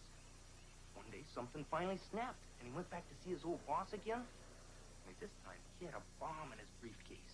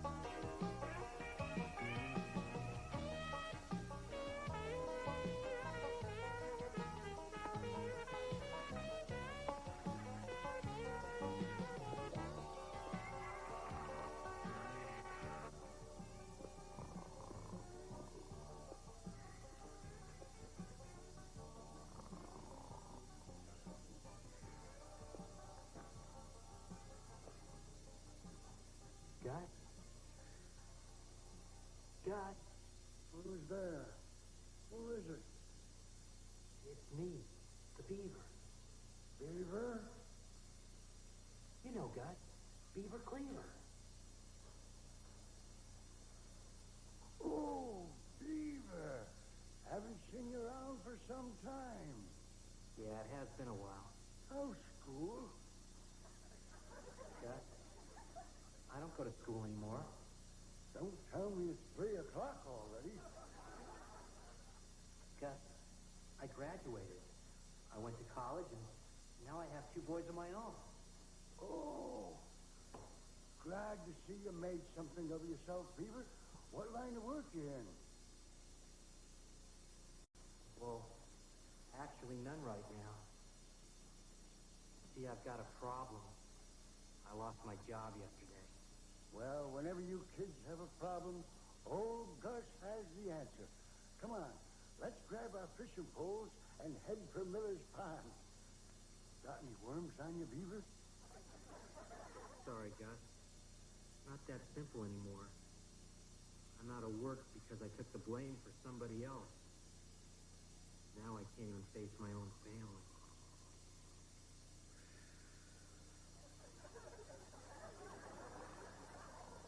Gus? Who is it? It's me, Gus, Beaver. What should I do, Gus? Well, you're big for a 7th grader. Why don't you try out for football? I just don't understand. I could have bailed out and saved my job, but I didn't even try. Well, if there's one thing I learned in all my years, it's that folks usually do stuff for a good reason. Well, I guess the reason was I wasn't really happy there. See, I told you. There's a good reason. So then, I really didn't get fired. I quit. There you go. Thanks, Gus. It's been great seeing you again. Don't make yourself so scarce, young fella.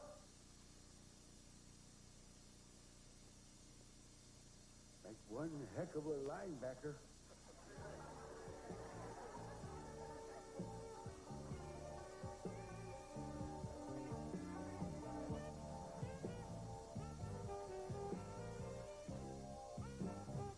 How long do we gotta pretend we don't know Dad's pretending he's got a job?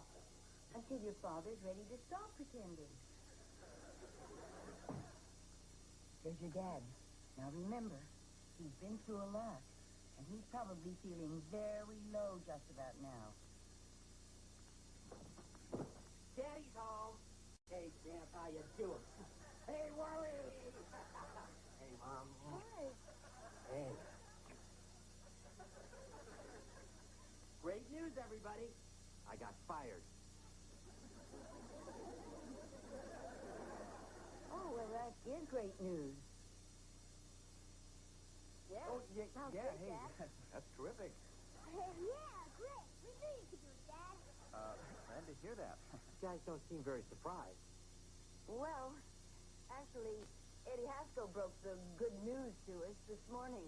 Gee, what in the world happened between you and the Rutherfords? It doesn't matter. I can start fresh. New job, new challenge. The sky's the limit. Hey, Dad, why don't you be our school crossing guard? Mr. Sanders is colorblind, and he gets mixed up every time the light changes. Oh, I'll keep it in mind, Ollie.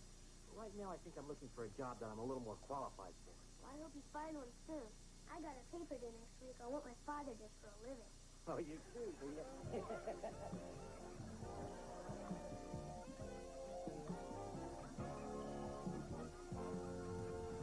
Ladies and gentlemen, Kelly Cleaver and J.J. Rutherford.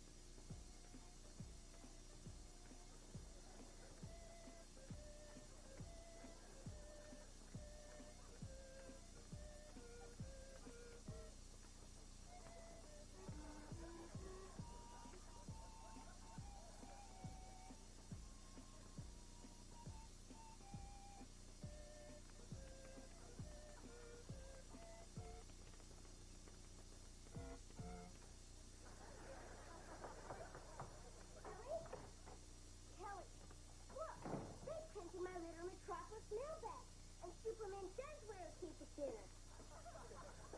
Oh, excuse me. I didn't know she was here. Come on over when you're alone. Okay, Oliver Cleaver. What is this? Why have you been so mean to me lately?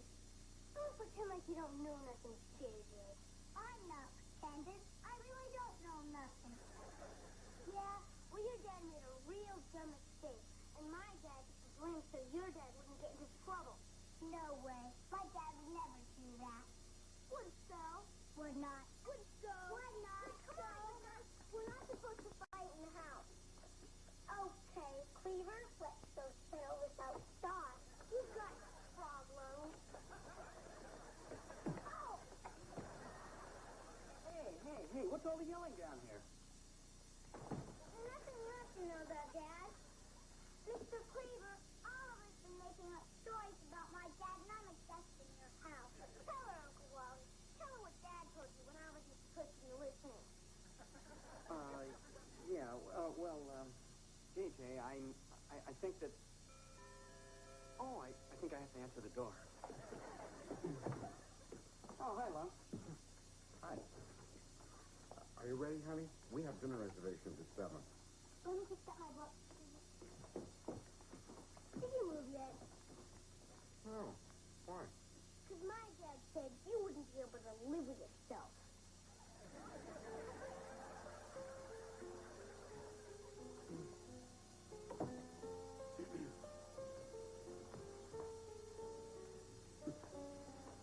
Sure is dark out. So, what's new with the law? Well, right now I'd say it's the only thing that's keeping Beaver from blowing up your car. Give me a break. You know there was nothing I could do. I mean, it's a jungle out there. Dog eat dog, big fish eat little fish. Yeah, come on, who do you think you're talking to? Marlon Perkins? I know what happened over there. You were afraid to stand up to your father, like you've always been. That's not true. When he told me to buy a blue Mercedes, I bought a red one instead. Yeah, when he was out of town. Look, it was the same thing when you were 15 years old and he made you take tuba lessons. You never did tell him how much you hated it. You know, you just can't talk to my dad the way you could talk to yours. When you look at yourself, Lump, he's got you so afraid you can't even admit the truth. Hey, you're bright. Some people are so inconsiderate. Claire? That's my little mushroom? Oliver says you let Mr. Cleaver get fired because of something you did. I told him my dad wouldn't do anything like that. It's not true, is it? What's Sitcom? About Mr. Cleaver's job. Hey, tasty cone. Why don't we stop and get a triple scoop of sprinkles, just the way you like it? No thanks, Daddy. Let's just go home.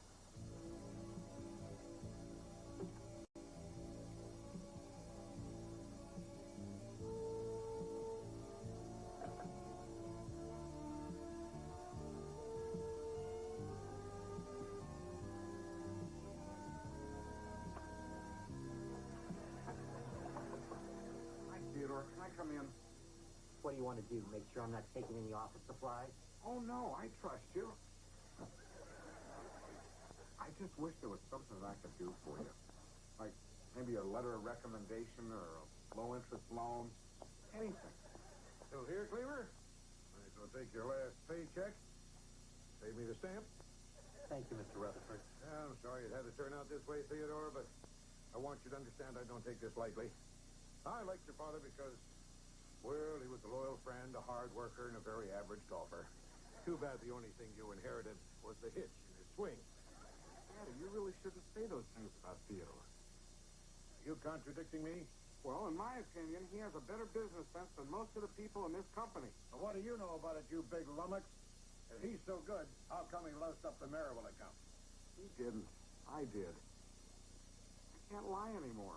I'd like to be able to look my daughter in the eye again. Are you telling me you lost the account, you big oaf? I'm not an oaf. I'm not a lummox. I'm a grown man with a family of my own.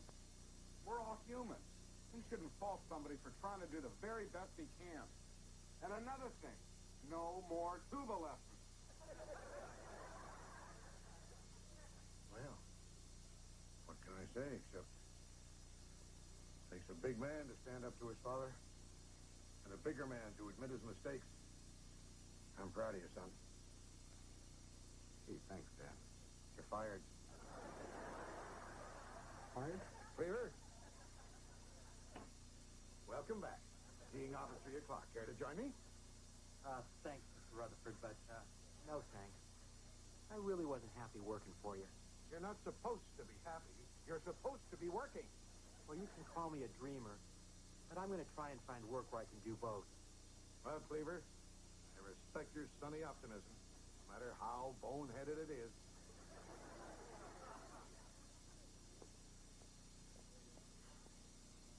Gee, Theodore. That was a very courageous thing to do. Well, it was braver of you standing up to your father. Terrific. I'm courageous. You're brave. And we're both out of work. You know, Lumpy, I think you're looking at this all wrong. Oh, yeah? You don't make as much as I do. Kid. Sometimes you have to take risks, even if the time isn't right. I've been thinking about going into business for myself. Maybe it wouldn't be quite so scary if I had a partner. You mean me? Us? Lumpy and the Beaver? Sure, why not? You know, maybe you got something after all, B. I mean, people respected your dad. That alone should bring in a few paying accounts. Who knows, we might even land a Merriwell account. You know they're looking for a new firm. Then we're partners?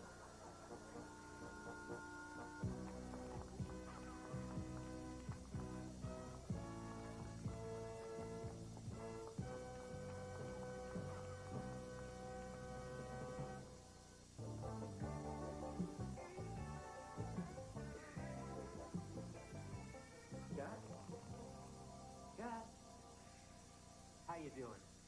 Well, hello there, Beaver. Find a job?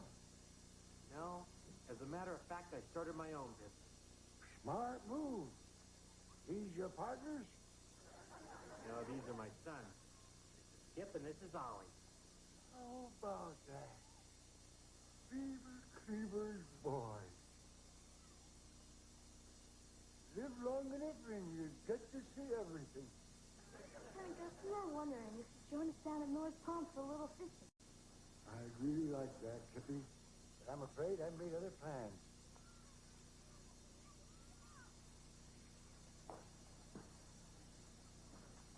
Her daddy's loaded.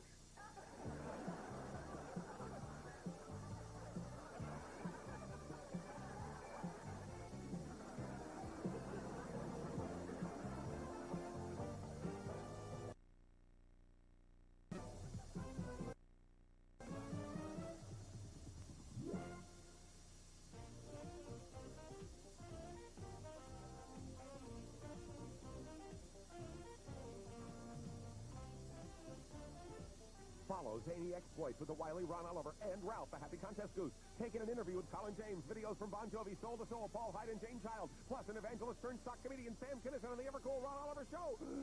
Sunday night at 9, here on YTV.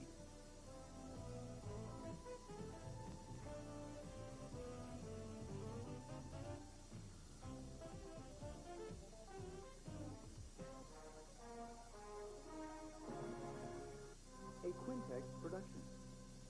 Girls in the school hate me. Oh, not just the girls. Most of the guys I know hate me too. You probably don't know a boy named Freddie Haskell. Never heard of him. Oh, Freddie Haskell. He's a... Kelly, dear, it's not polite to interrupt.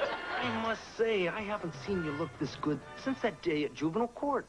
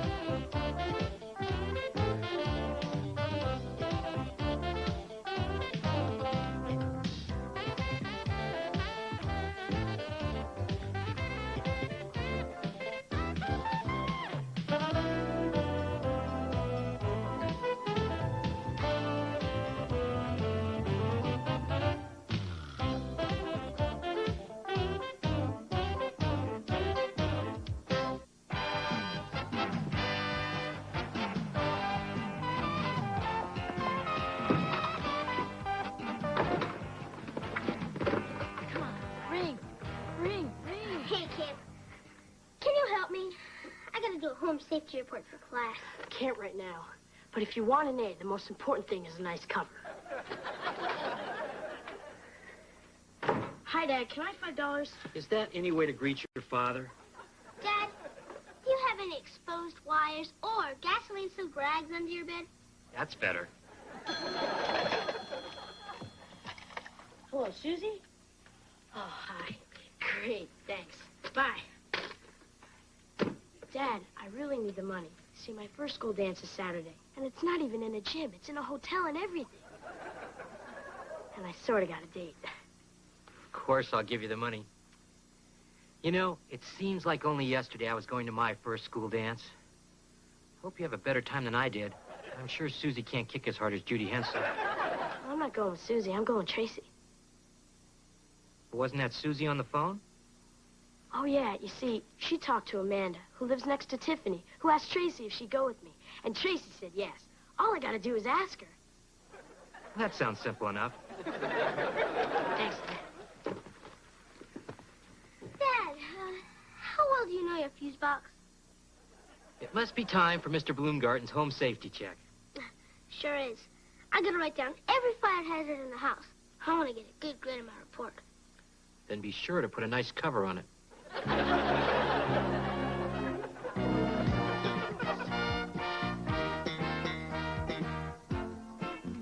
Hey, Marcia. Nice dress. My aunt used to feed the pigs in one just like it.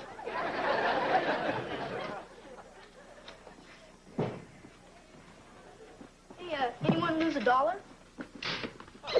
Sucker! Hey, you want to try it, Kip? I don't have time for that stuff anymore. I got to go buy tickets for the dance. I'm asking Tracy. Tracy, that beanpole? You gotta be kidding. If you glued a nail to her head, you could pick up trash with her. Knock it off. There she is. Hey. Awesome. I don't see why she bothers with the lock. If she wants a book, all she has to do is slide through the vent. Here's your chance, Lance. Go ask her. There's no hurry. I can ask her later. Attention, everyone. Kip Cleaver is afraid. Okay. I'll ask her. Come on. Hi. Hi. You want to go to the dance? Okay. Bye. Bye. Did it. Can you believe it? I did it. I can hardly wait for the evening news. I don't see you asking anybody. You're not afraid, are you? Au contraire, amigo. I'd be happy to demonstrate my mystical powers over women. But, as you can see, there are none about. I think you're scared. Hey, isn't that Amy from your history class? No, it's her brother Phil. They're identical twins. Hey, don't worry about it. It'll be weeks before the entire school knows you're a coward. Yeah, I'll show you who's a coward.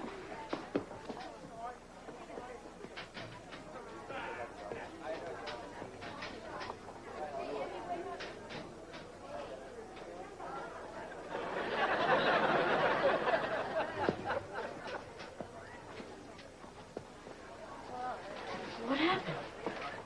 All right, so I'm not the suave sophisticate the world perceives me as. I can't ask a girl out. I can't even talk to one. I'm nothing but a common boneless chicken. It's not such a big deal, Freddie. It is for me. Excuse me. I'm gonna go home and be alone. It'll be good practice for the rest of my life.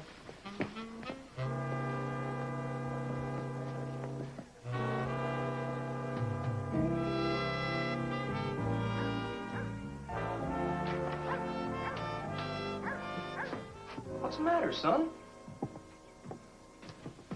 You didn't get caught cheating in school, did you? No, sir. Good. I never want to hear you've been caught. Did your mom find out you've been cutting her flowers and selling them on the turnpike ramp? No, sir. Well, that's good. I think I got a better location for you. What is it, son? You know, I'm always here to listen to your troubles and to guide you through the stormy sea we call adolescence. Well, the trouble, sir, is with girls. Girls, huh? You're on your own.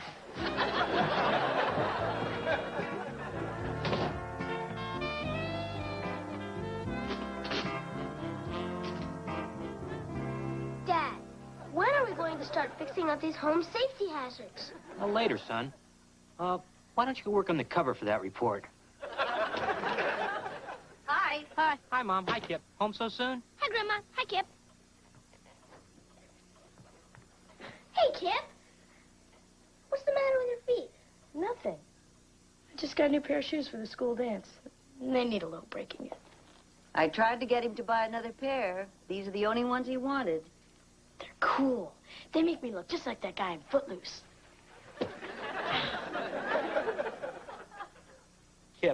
better give Freddie a call. There must be something wrong with him. He wasn't nearly as phony as he usually is.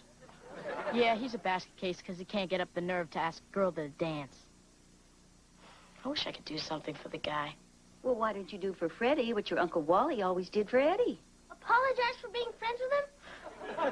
No. If Freddie's afraid to ask a girl out, why don't you ask someone for him? That's a great idea, Grandma. It's got to be easier than asking one for myself. And if that works, he may even tell you where your gym clothes are buried.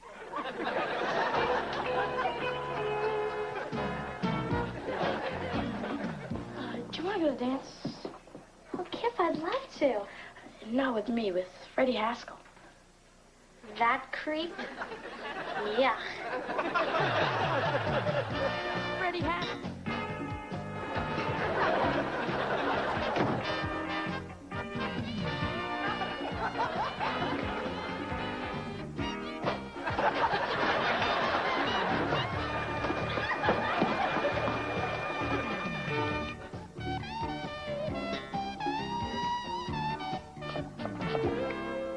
Sissy, you know the rules. You're supposed to take a shower before you get in Bambi's hot tub. Mary Ellen, will you hurry up? We're going to miss the beginning of the concert. And where the heck's the babysitter? Don't worry, she'll be here, I promise. We won't miss a single shaboom of the 50s revival. Oh, that must be her. Finally. Darn. I've broken my earring. I'm going to run next door and borrow some crazy glue. Just put a ski mask on and let's go.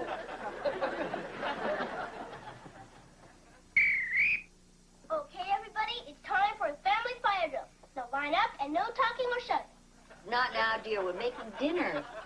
Okay, we'll do it after dinner. And we'll take a look at those overloaded sockets. Right, Dad? Sorry, Ollie. After dinner, we're all going to go shopping for a freezer. Really? And what circuit are you going to plug that into? Son, don't lose any sleep over it, huh? I wish he was that conscientious about feeding his goldfish. Hello. Information? Yes. Please give me the number for the fire department. April Fool. Now, Oliver, you know, about those circuits, now what problem could a little freezer be, huh? Freddie comes over, tell him I'm sick. Why are you hiding from Freddie? Because I need time to think of a good way to tell him he makes girls sick. Hi, everybody. Can I borrow some crazy glue? I need to fix my earring. I think there's some left. Oliver used most of it on his shoes trying to hang upside down from a board. Hi, Freddie. Hi, Freddie. Sorry to barge in, but I was in the neighborhood collecting for my favorite charity. And I thought I'd get a progress report on Kip's search for my dream date.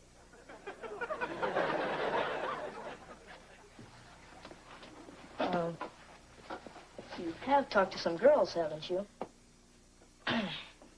Freddie, I've got some bad news for you. Not Nancy Glick. No. Even she turned you down. I can't believe it. All the girls in the school hate me. Oh, not just the girls. Most of the guys I know hate you, too. No, the guys don't hate you. Guys like creeps. Kip, do me a favor. Promise me you'll never try to talk anyone off a ledge. Freddie, I'm sure if a girl ever gave you a chance, you'd do very nicely. In fact, I know you would. Thanks, Mrs. Cleaver. You're a ray of hope to the downtrodden. But you couldn't sell me that if it was gift-wrapped. Wait a minute, Freddie. I think maybe I can help you. Thanks anyway, Mrs. Cleaver. But I've seen you dance. I'll still help you out, Freddie.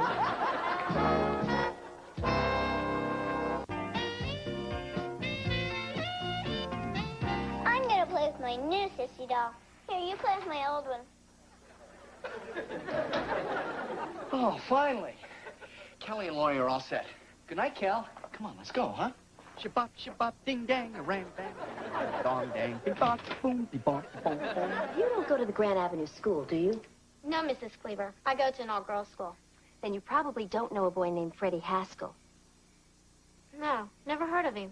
Oh, Freddie Haskell. He's a... Kelly, dear, it's not polite to interrupt. Okay, now that I've practiced going out to the car by myself, this time let's try it together. Oh, honey, this will just take 1 second. Lori, there's a dance at Freddie's school, and it turns out he needs a date. It's Polly, because nobody's stupid enough to... It's going to be a real nice dance, and I think you'd have fun with Freddie. He's real cute, and a good athlete, too. Don't worry, now I get it. Well, Miss Cleaver, I'd love to go to the dance. If you know the boy, I'm sure my parents would say that it's okay. Great, then it's all set. Well, honey, are you ready? Don't toy with me, Mary Ellen.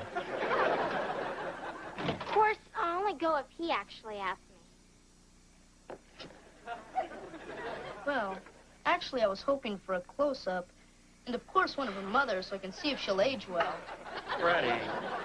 Okay, I'll go out with her. Good! Now, all you gotta do is go over there and ask her. Ask her? Surely you jest. Freddie!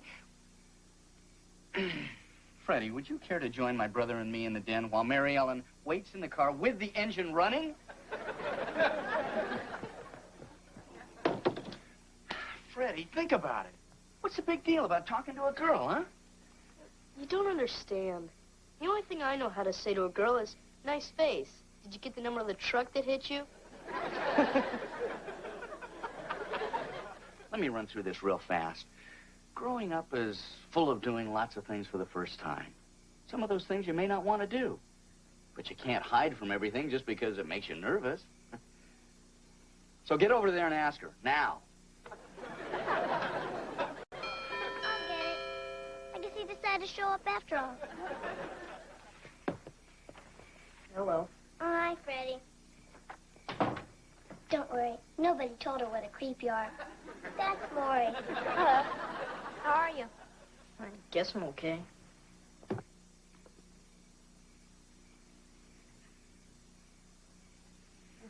We're having fun. Excuse me? Nice weather we're having, huh?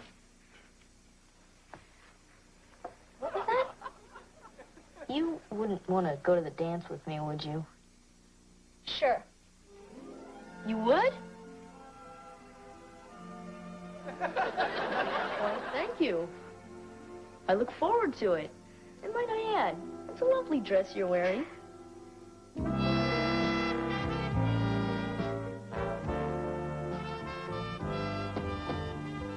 Well, sir, it's nearly post time. Frederick, my boy, I must say, I haven't seen you look this good since that day at juvenile court. Thank you, sir. You know, you remind me a lot of myself at your age. Except, of course, I was better looking. So you've told me. Son, I've been thinking about that little talk that we had the other day. I didn't give you the kind of quality parenting that you've come to expect from me. That's okay. At least you got my name right.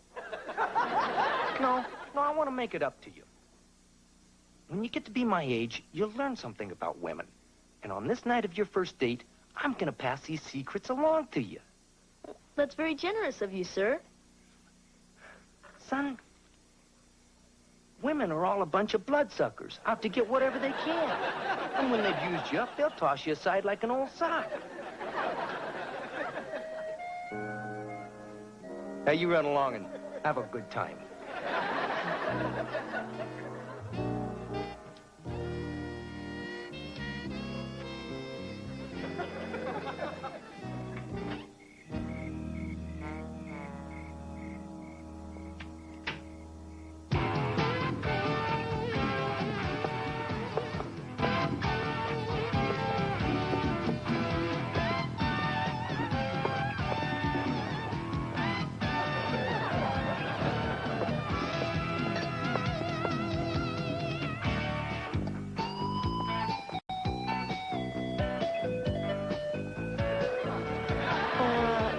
Something wrong with your shoes?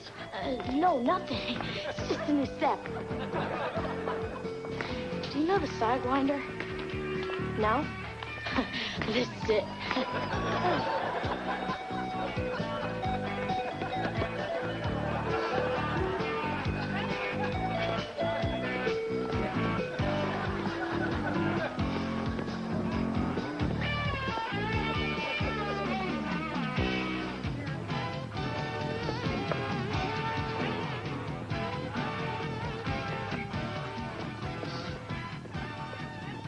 dance? Can't. Old sports injury. I like sports. I play tennis, field hockey, and basketball. I breed snakes.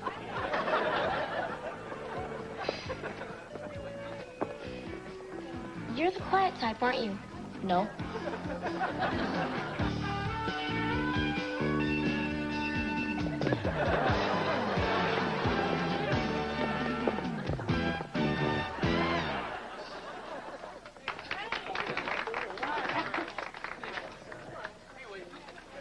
All this talking probably made you thirsty.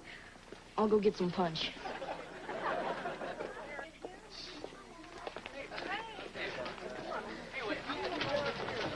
Hi, Kip. Hey, Freddie, how's it going? I haven't seen you out on the dance floor. Lori's a sensitive girl. She prefers to sit and talk. She's probably sitting over there talking to herself right now. Hey, watch this. Hey, Danny, is that your dollar down there? What a doofus. Come on, Kip, they're playing a fast one. Oh.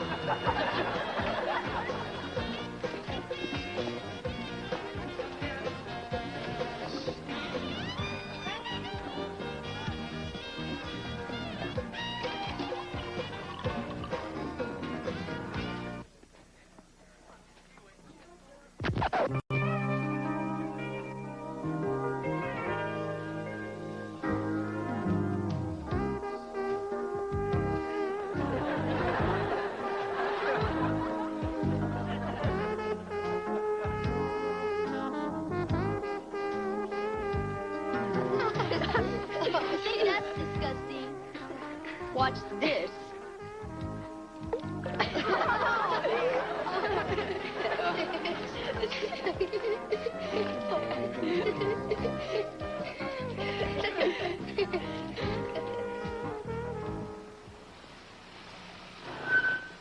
Thanks, Mr. Haskell. Good night, Freddie. Hey, a gentleman walks his date to the door. Drop my card in her mailbox. Looks like they need a new roof. Lori, wait. Well, thanks for a lovely evening. I trust you had as nice a time as I did. Nice time. This was the worst night of my life. You know, when I think about how excited I was to go on this date, I told all my friends about how cute you were. You told your friends I was cute? And I even bought a new dress. And for what? To sit in a chair all night? If you hated me so much, why did you ask me out in the first place? Look, I don't hate you. It's just that I've never been on a date before, and I kind of choke up in front of girls. I thought I did something wrong. No, you were okay. It's just me. Just sorry this evening turned out so bad. Guess I'll never be able to talk to girls. You're doing it right now. I am, aren't I? You know, for the first time tonight, you're acting like someone a girl might enjoy going out with. Hey, how about that? Does this mean you might want to try it again sometime? I don't know. Maybe.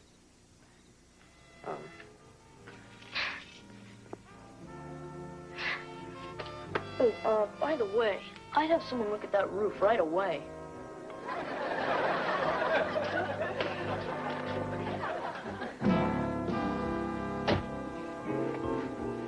So, how did it go? She doesn't hate me. That's my boy.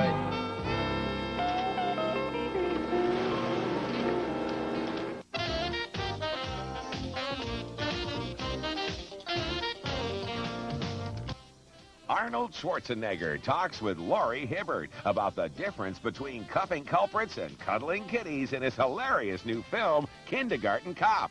Tomorrow night at 6:30 on Rock and Talk on YTV.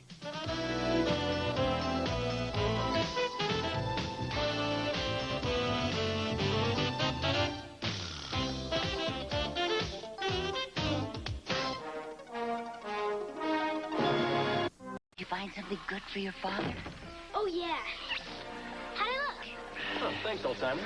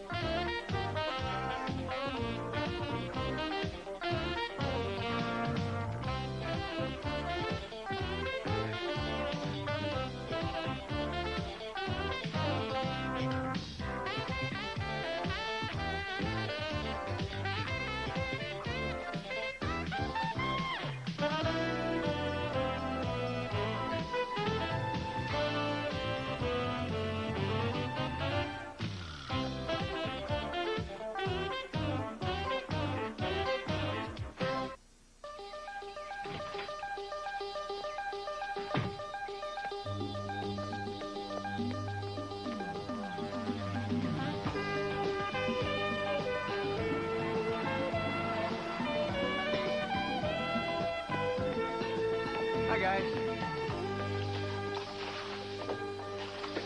How far is Uncle Wally gonna run? 26.3 miles.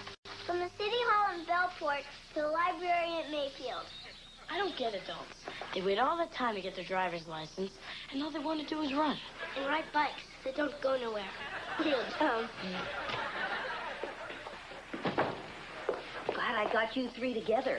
Have you given any thought to what you're going to do for your dads for Father's Day? Same as usual, I guess. Wrong. This year, the adults are not going to buy the presents. Now, I don't think it's asking too much to have you buy your fathers a little present or plan something special to do with them. Anything to show them how much you appreciate them. You don't have to worry about me, Grandma. I'm already making something for my dad. Comes the Beaver. Hi. Hello, Beaver. What's everybody doing out here? Oh, we were, teaching Grandma how to do the flyback. Oh. Well, I think I've got it now. I'm going to try it one more time. Pretty good, huh?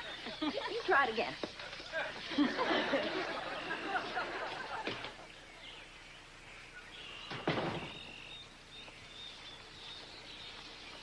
Look, I know you boys aren't going to disappoint your father, so don't put it off until the last minute.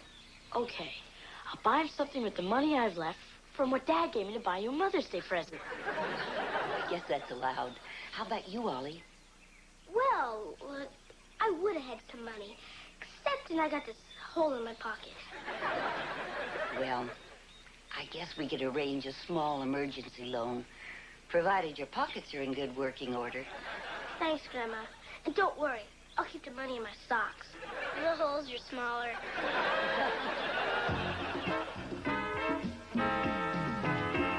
Training table's open. Dad, don't you get tired of eating just noodles every day? Well, honey, when you're going to run a marathon, you have to store carbohydrates. That looks good. Want some? No, I'm in training. Go easy, Wally. Save room for dessert. A big, freshly baked Idaho potato. If I clean my plate, could I have one too? Maybe. Well, I'm glad you two find this so amusing. You know, if Christopher Columbus's family gave him this kind of support, we'd still be living in Spain.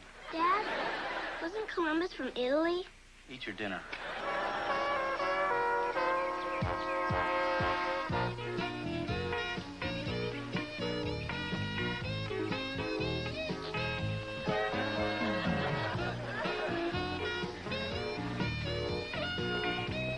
Hi, Uncle Wally.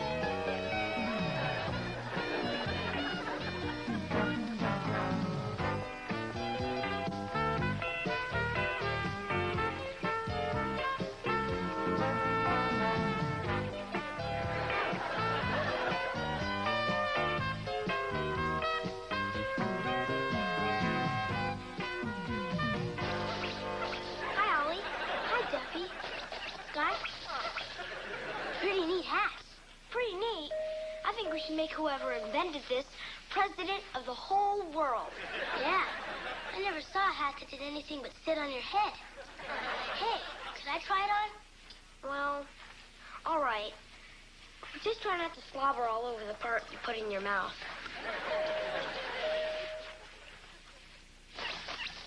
How'd it look? A lot better than you usually do. Thanks. Boy, I wish I could have one of those. But I'm supposed to be buying something for my dad. Hey, why don't you buy one for your dad? Well, I was kind of thinking of something more practical. Like those things grown-ups put in their shoes, so their feet don't stink. Come on, Ollie. Your old man's gotta make a big fuss tomorrow, no matter what you get him, right? Yeah, I guess. So, he pretends to love it. In 2 weeks, he forgets all about it. You get to keep the hat, and everybody's happy. Thanks, Duffy. You know, you're a lot smarter than you look.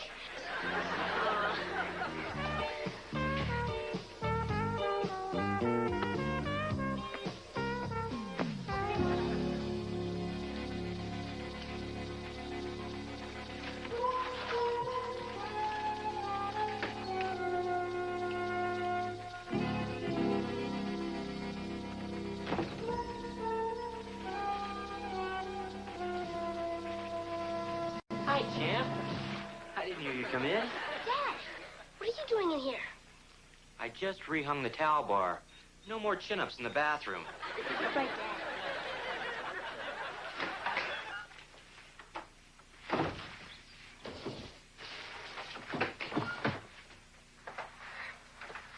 So did you find something good for your father? Oh, yeah. He's gonna love it. Did you have it wrapped? No, this wasn't a wrapping place. The guy had enough trouble just making change. Well, come on. You need to fix it up real nice. Your father's gonna be back any time. But Dad isn't a surprise. We're not going to tell Dad, you little chuckle brain. Thank you, Kip. Come on, Ollie. Let's see what you got. Okay.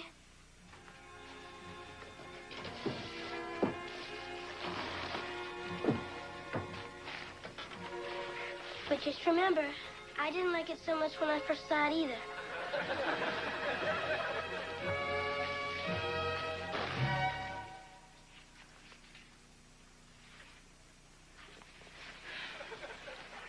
What on earth would make you buy something like this? Oh, hi, everybody. Duffy, why didn't you wait outside for a few minutes? Oh, I'm sorry. I didn't know Oliver was getting yelled at, or I would have just listened at the door. Oliver, how long did you think you could pass this off as a gift? Well, I was hoping at least till Dad opened it. Maybe you better start thinking about other people's feelings instead of just your own. And clean up this room. Boy, Ollie, you sure messed up this time.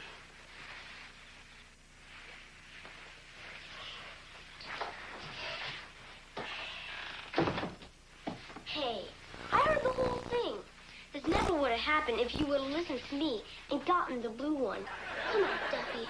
I already feel like the dumbest kid who ever lived. Nah, you're not the dumbest. I saw him on a TV special. You better go now, Duffy. I'm going to stand in front of the air conditioning and catch pneumonia. That way, no one will yell at me tomorrow. Look, I know how to give your dad a great present, and it won't cost a thing. You see, grown-ups are weird. They really would rather get something that you made for them. You any good with these? I can draw some things okay. Like what?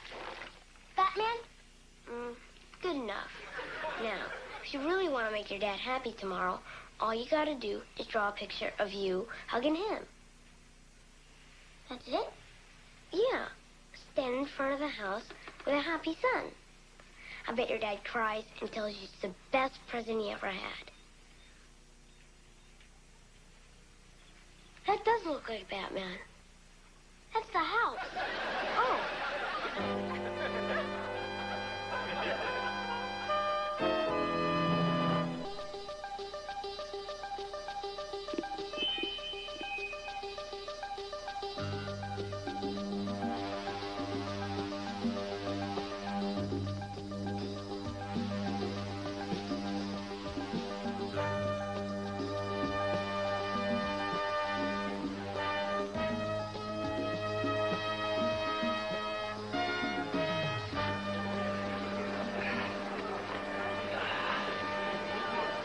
Thanks. Oh, thanks, old-timer. Anytime, Sonny.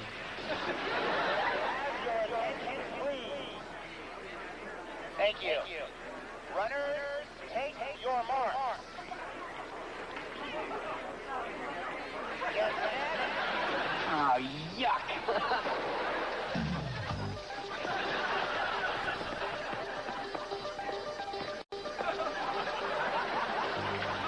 All right, kids, this is war.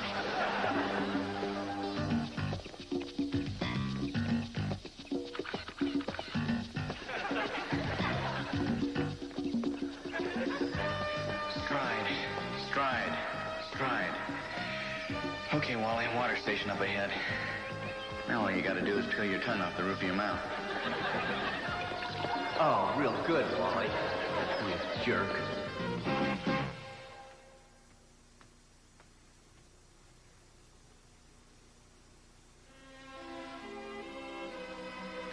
Hi, Dad. Oh, hi, Beav. Oh, come on, sit down. All right. What is it? Well, when I made up the story about having the parrot, that was wrong. That's right. And you helping me keep it made a secret, that was wrong, too. That's right, too. But you're a father. How come you did it? Well, maybe that's why I did it, Beaver. You see, parents aren't always perfect either. Sometimes they love their children so much that they'll do almost anything to keep them from being hurt, even if it means making a mistake now and then. Gee, Dad, I guess there's an awful lot more to being a father than just making money and hollering. There sure is. Well, Dad, thanks for the hamster. Okay, Beaver.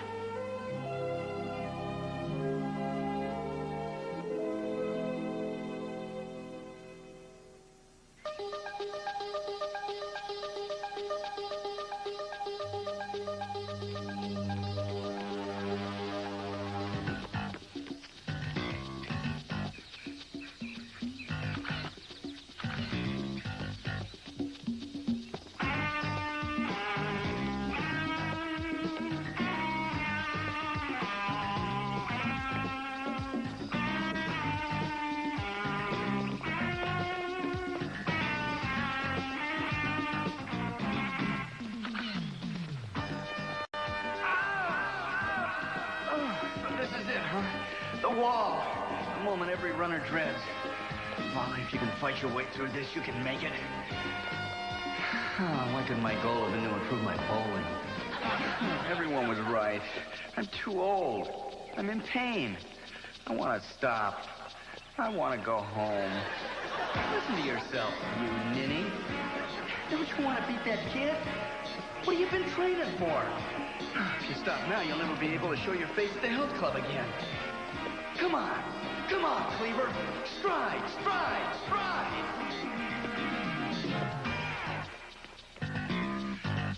Oh, good. Pine Street. It's all downhill from here. Except for the hill. Hey, here he comes. Here he is. Yeah. Hey! He's coming around the corner.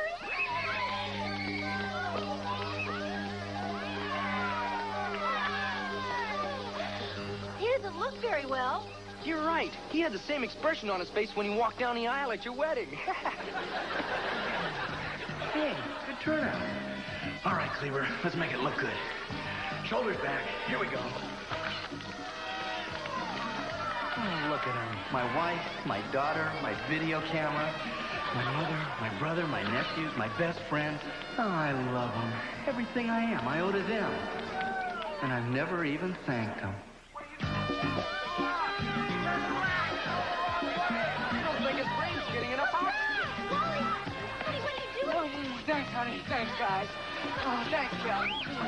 Thanks, Mom. Thanks, baby. Let's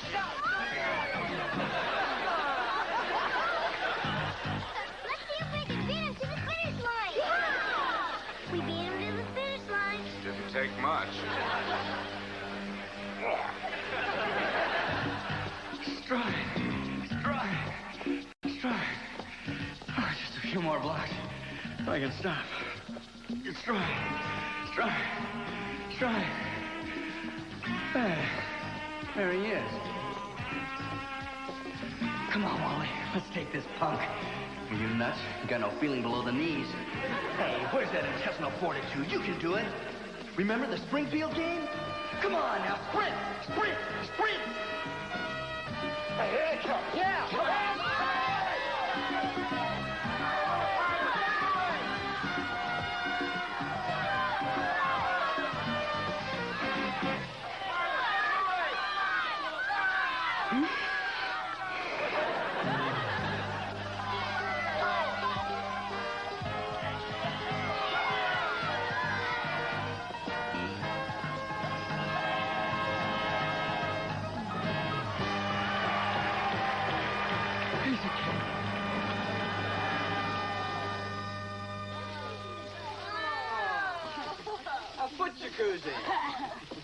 How did you know? Whoa, what do you get for the man who finished 198? Well,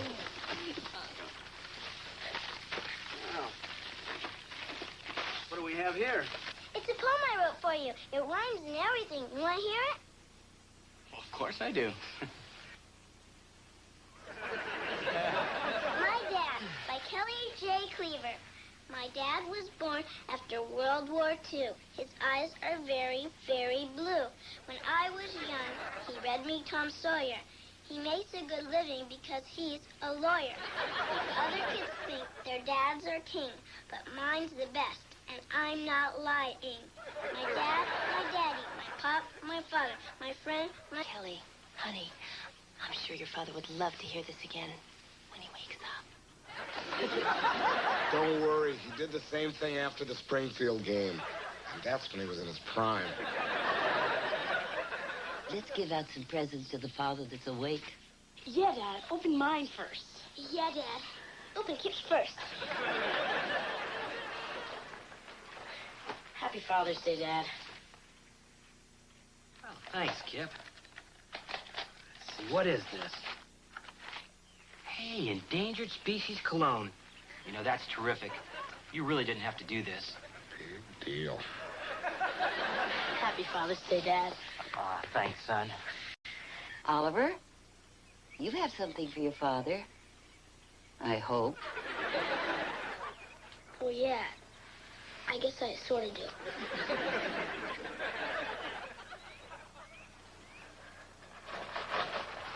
Well, what have we here? Thanks, Champ. You maybe ought to shouldn't thank me till you open it. Look, a videotape. What is it? Maybe an old movie like Beaver, Las Vegas? No. It's more like a Father's Day card. Except you gotta have a TV to look at it. Well, let's see what we got here. Oh, no, Dad. Not in front of the whole world, okay? Whatever you want, son. Come on, let's start lunch. Oh, boy. Okay.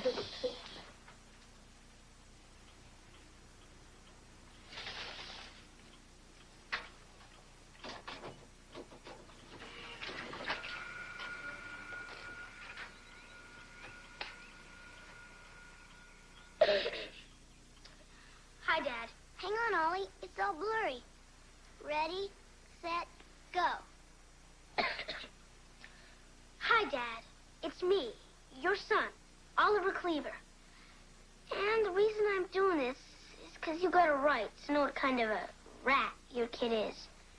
Because only a real rat wouldn't come up with a gift for his dad on Father's Day. It's not like he didn't have a chance or anything. Grandma lended me the money, and I blew it all on junk like ice cream. And this.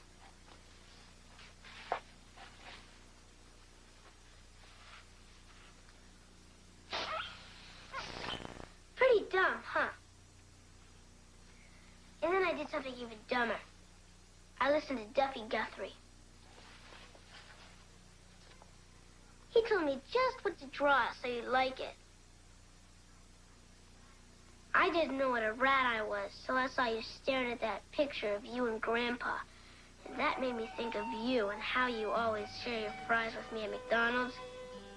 And how you always call me Champ, even though I hardly never won nothing. And that whole Saturday we spent looking for a four-leaf clover.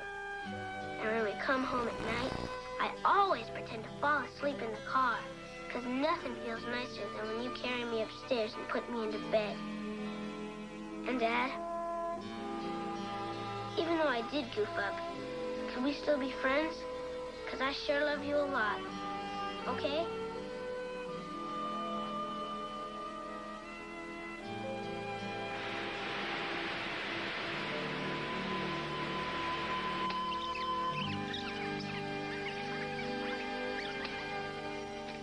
Hi, Dad. It's me, your son, Oliver Cleaver. And the reason I'm doing this is because you got a right to know what kind of a rat your kid is.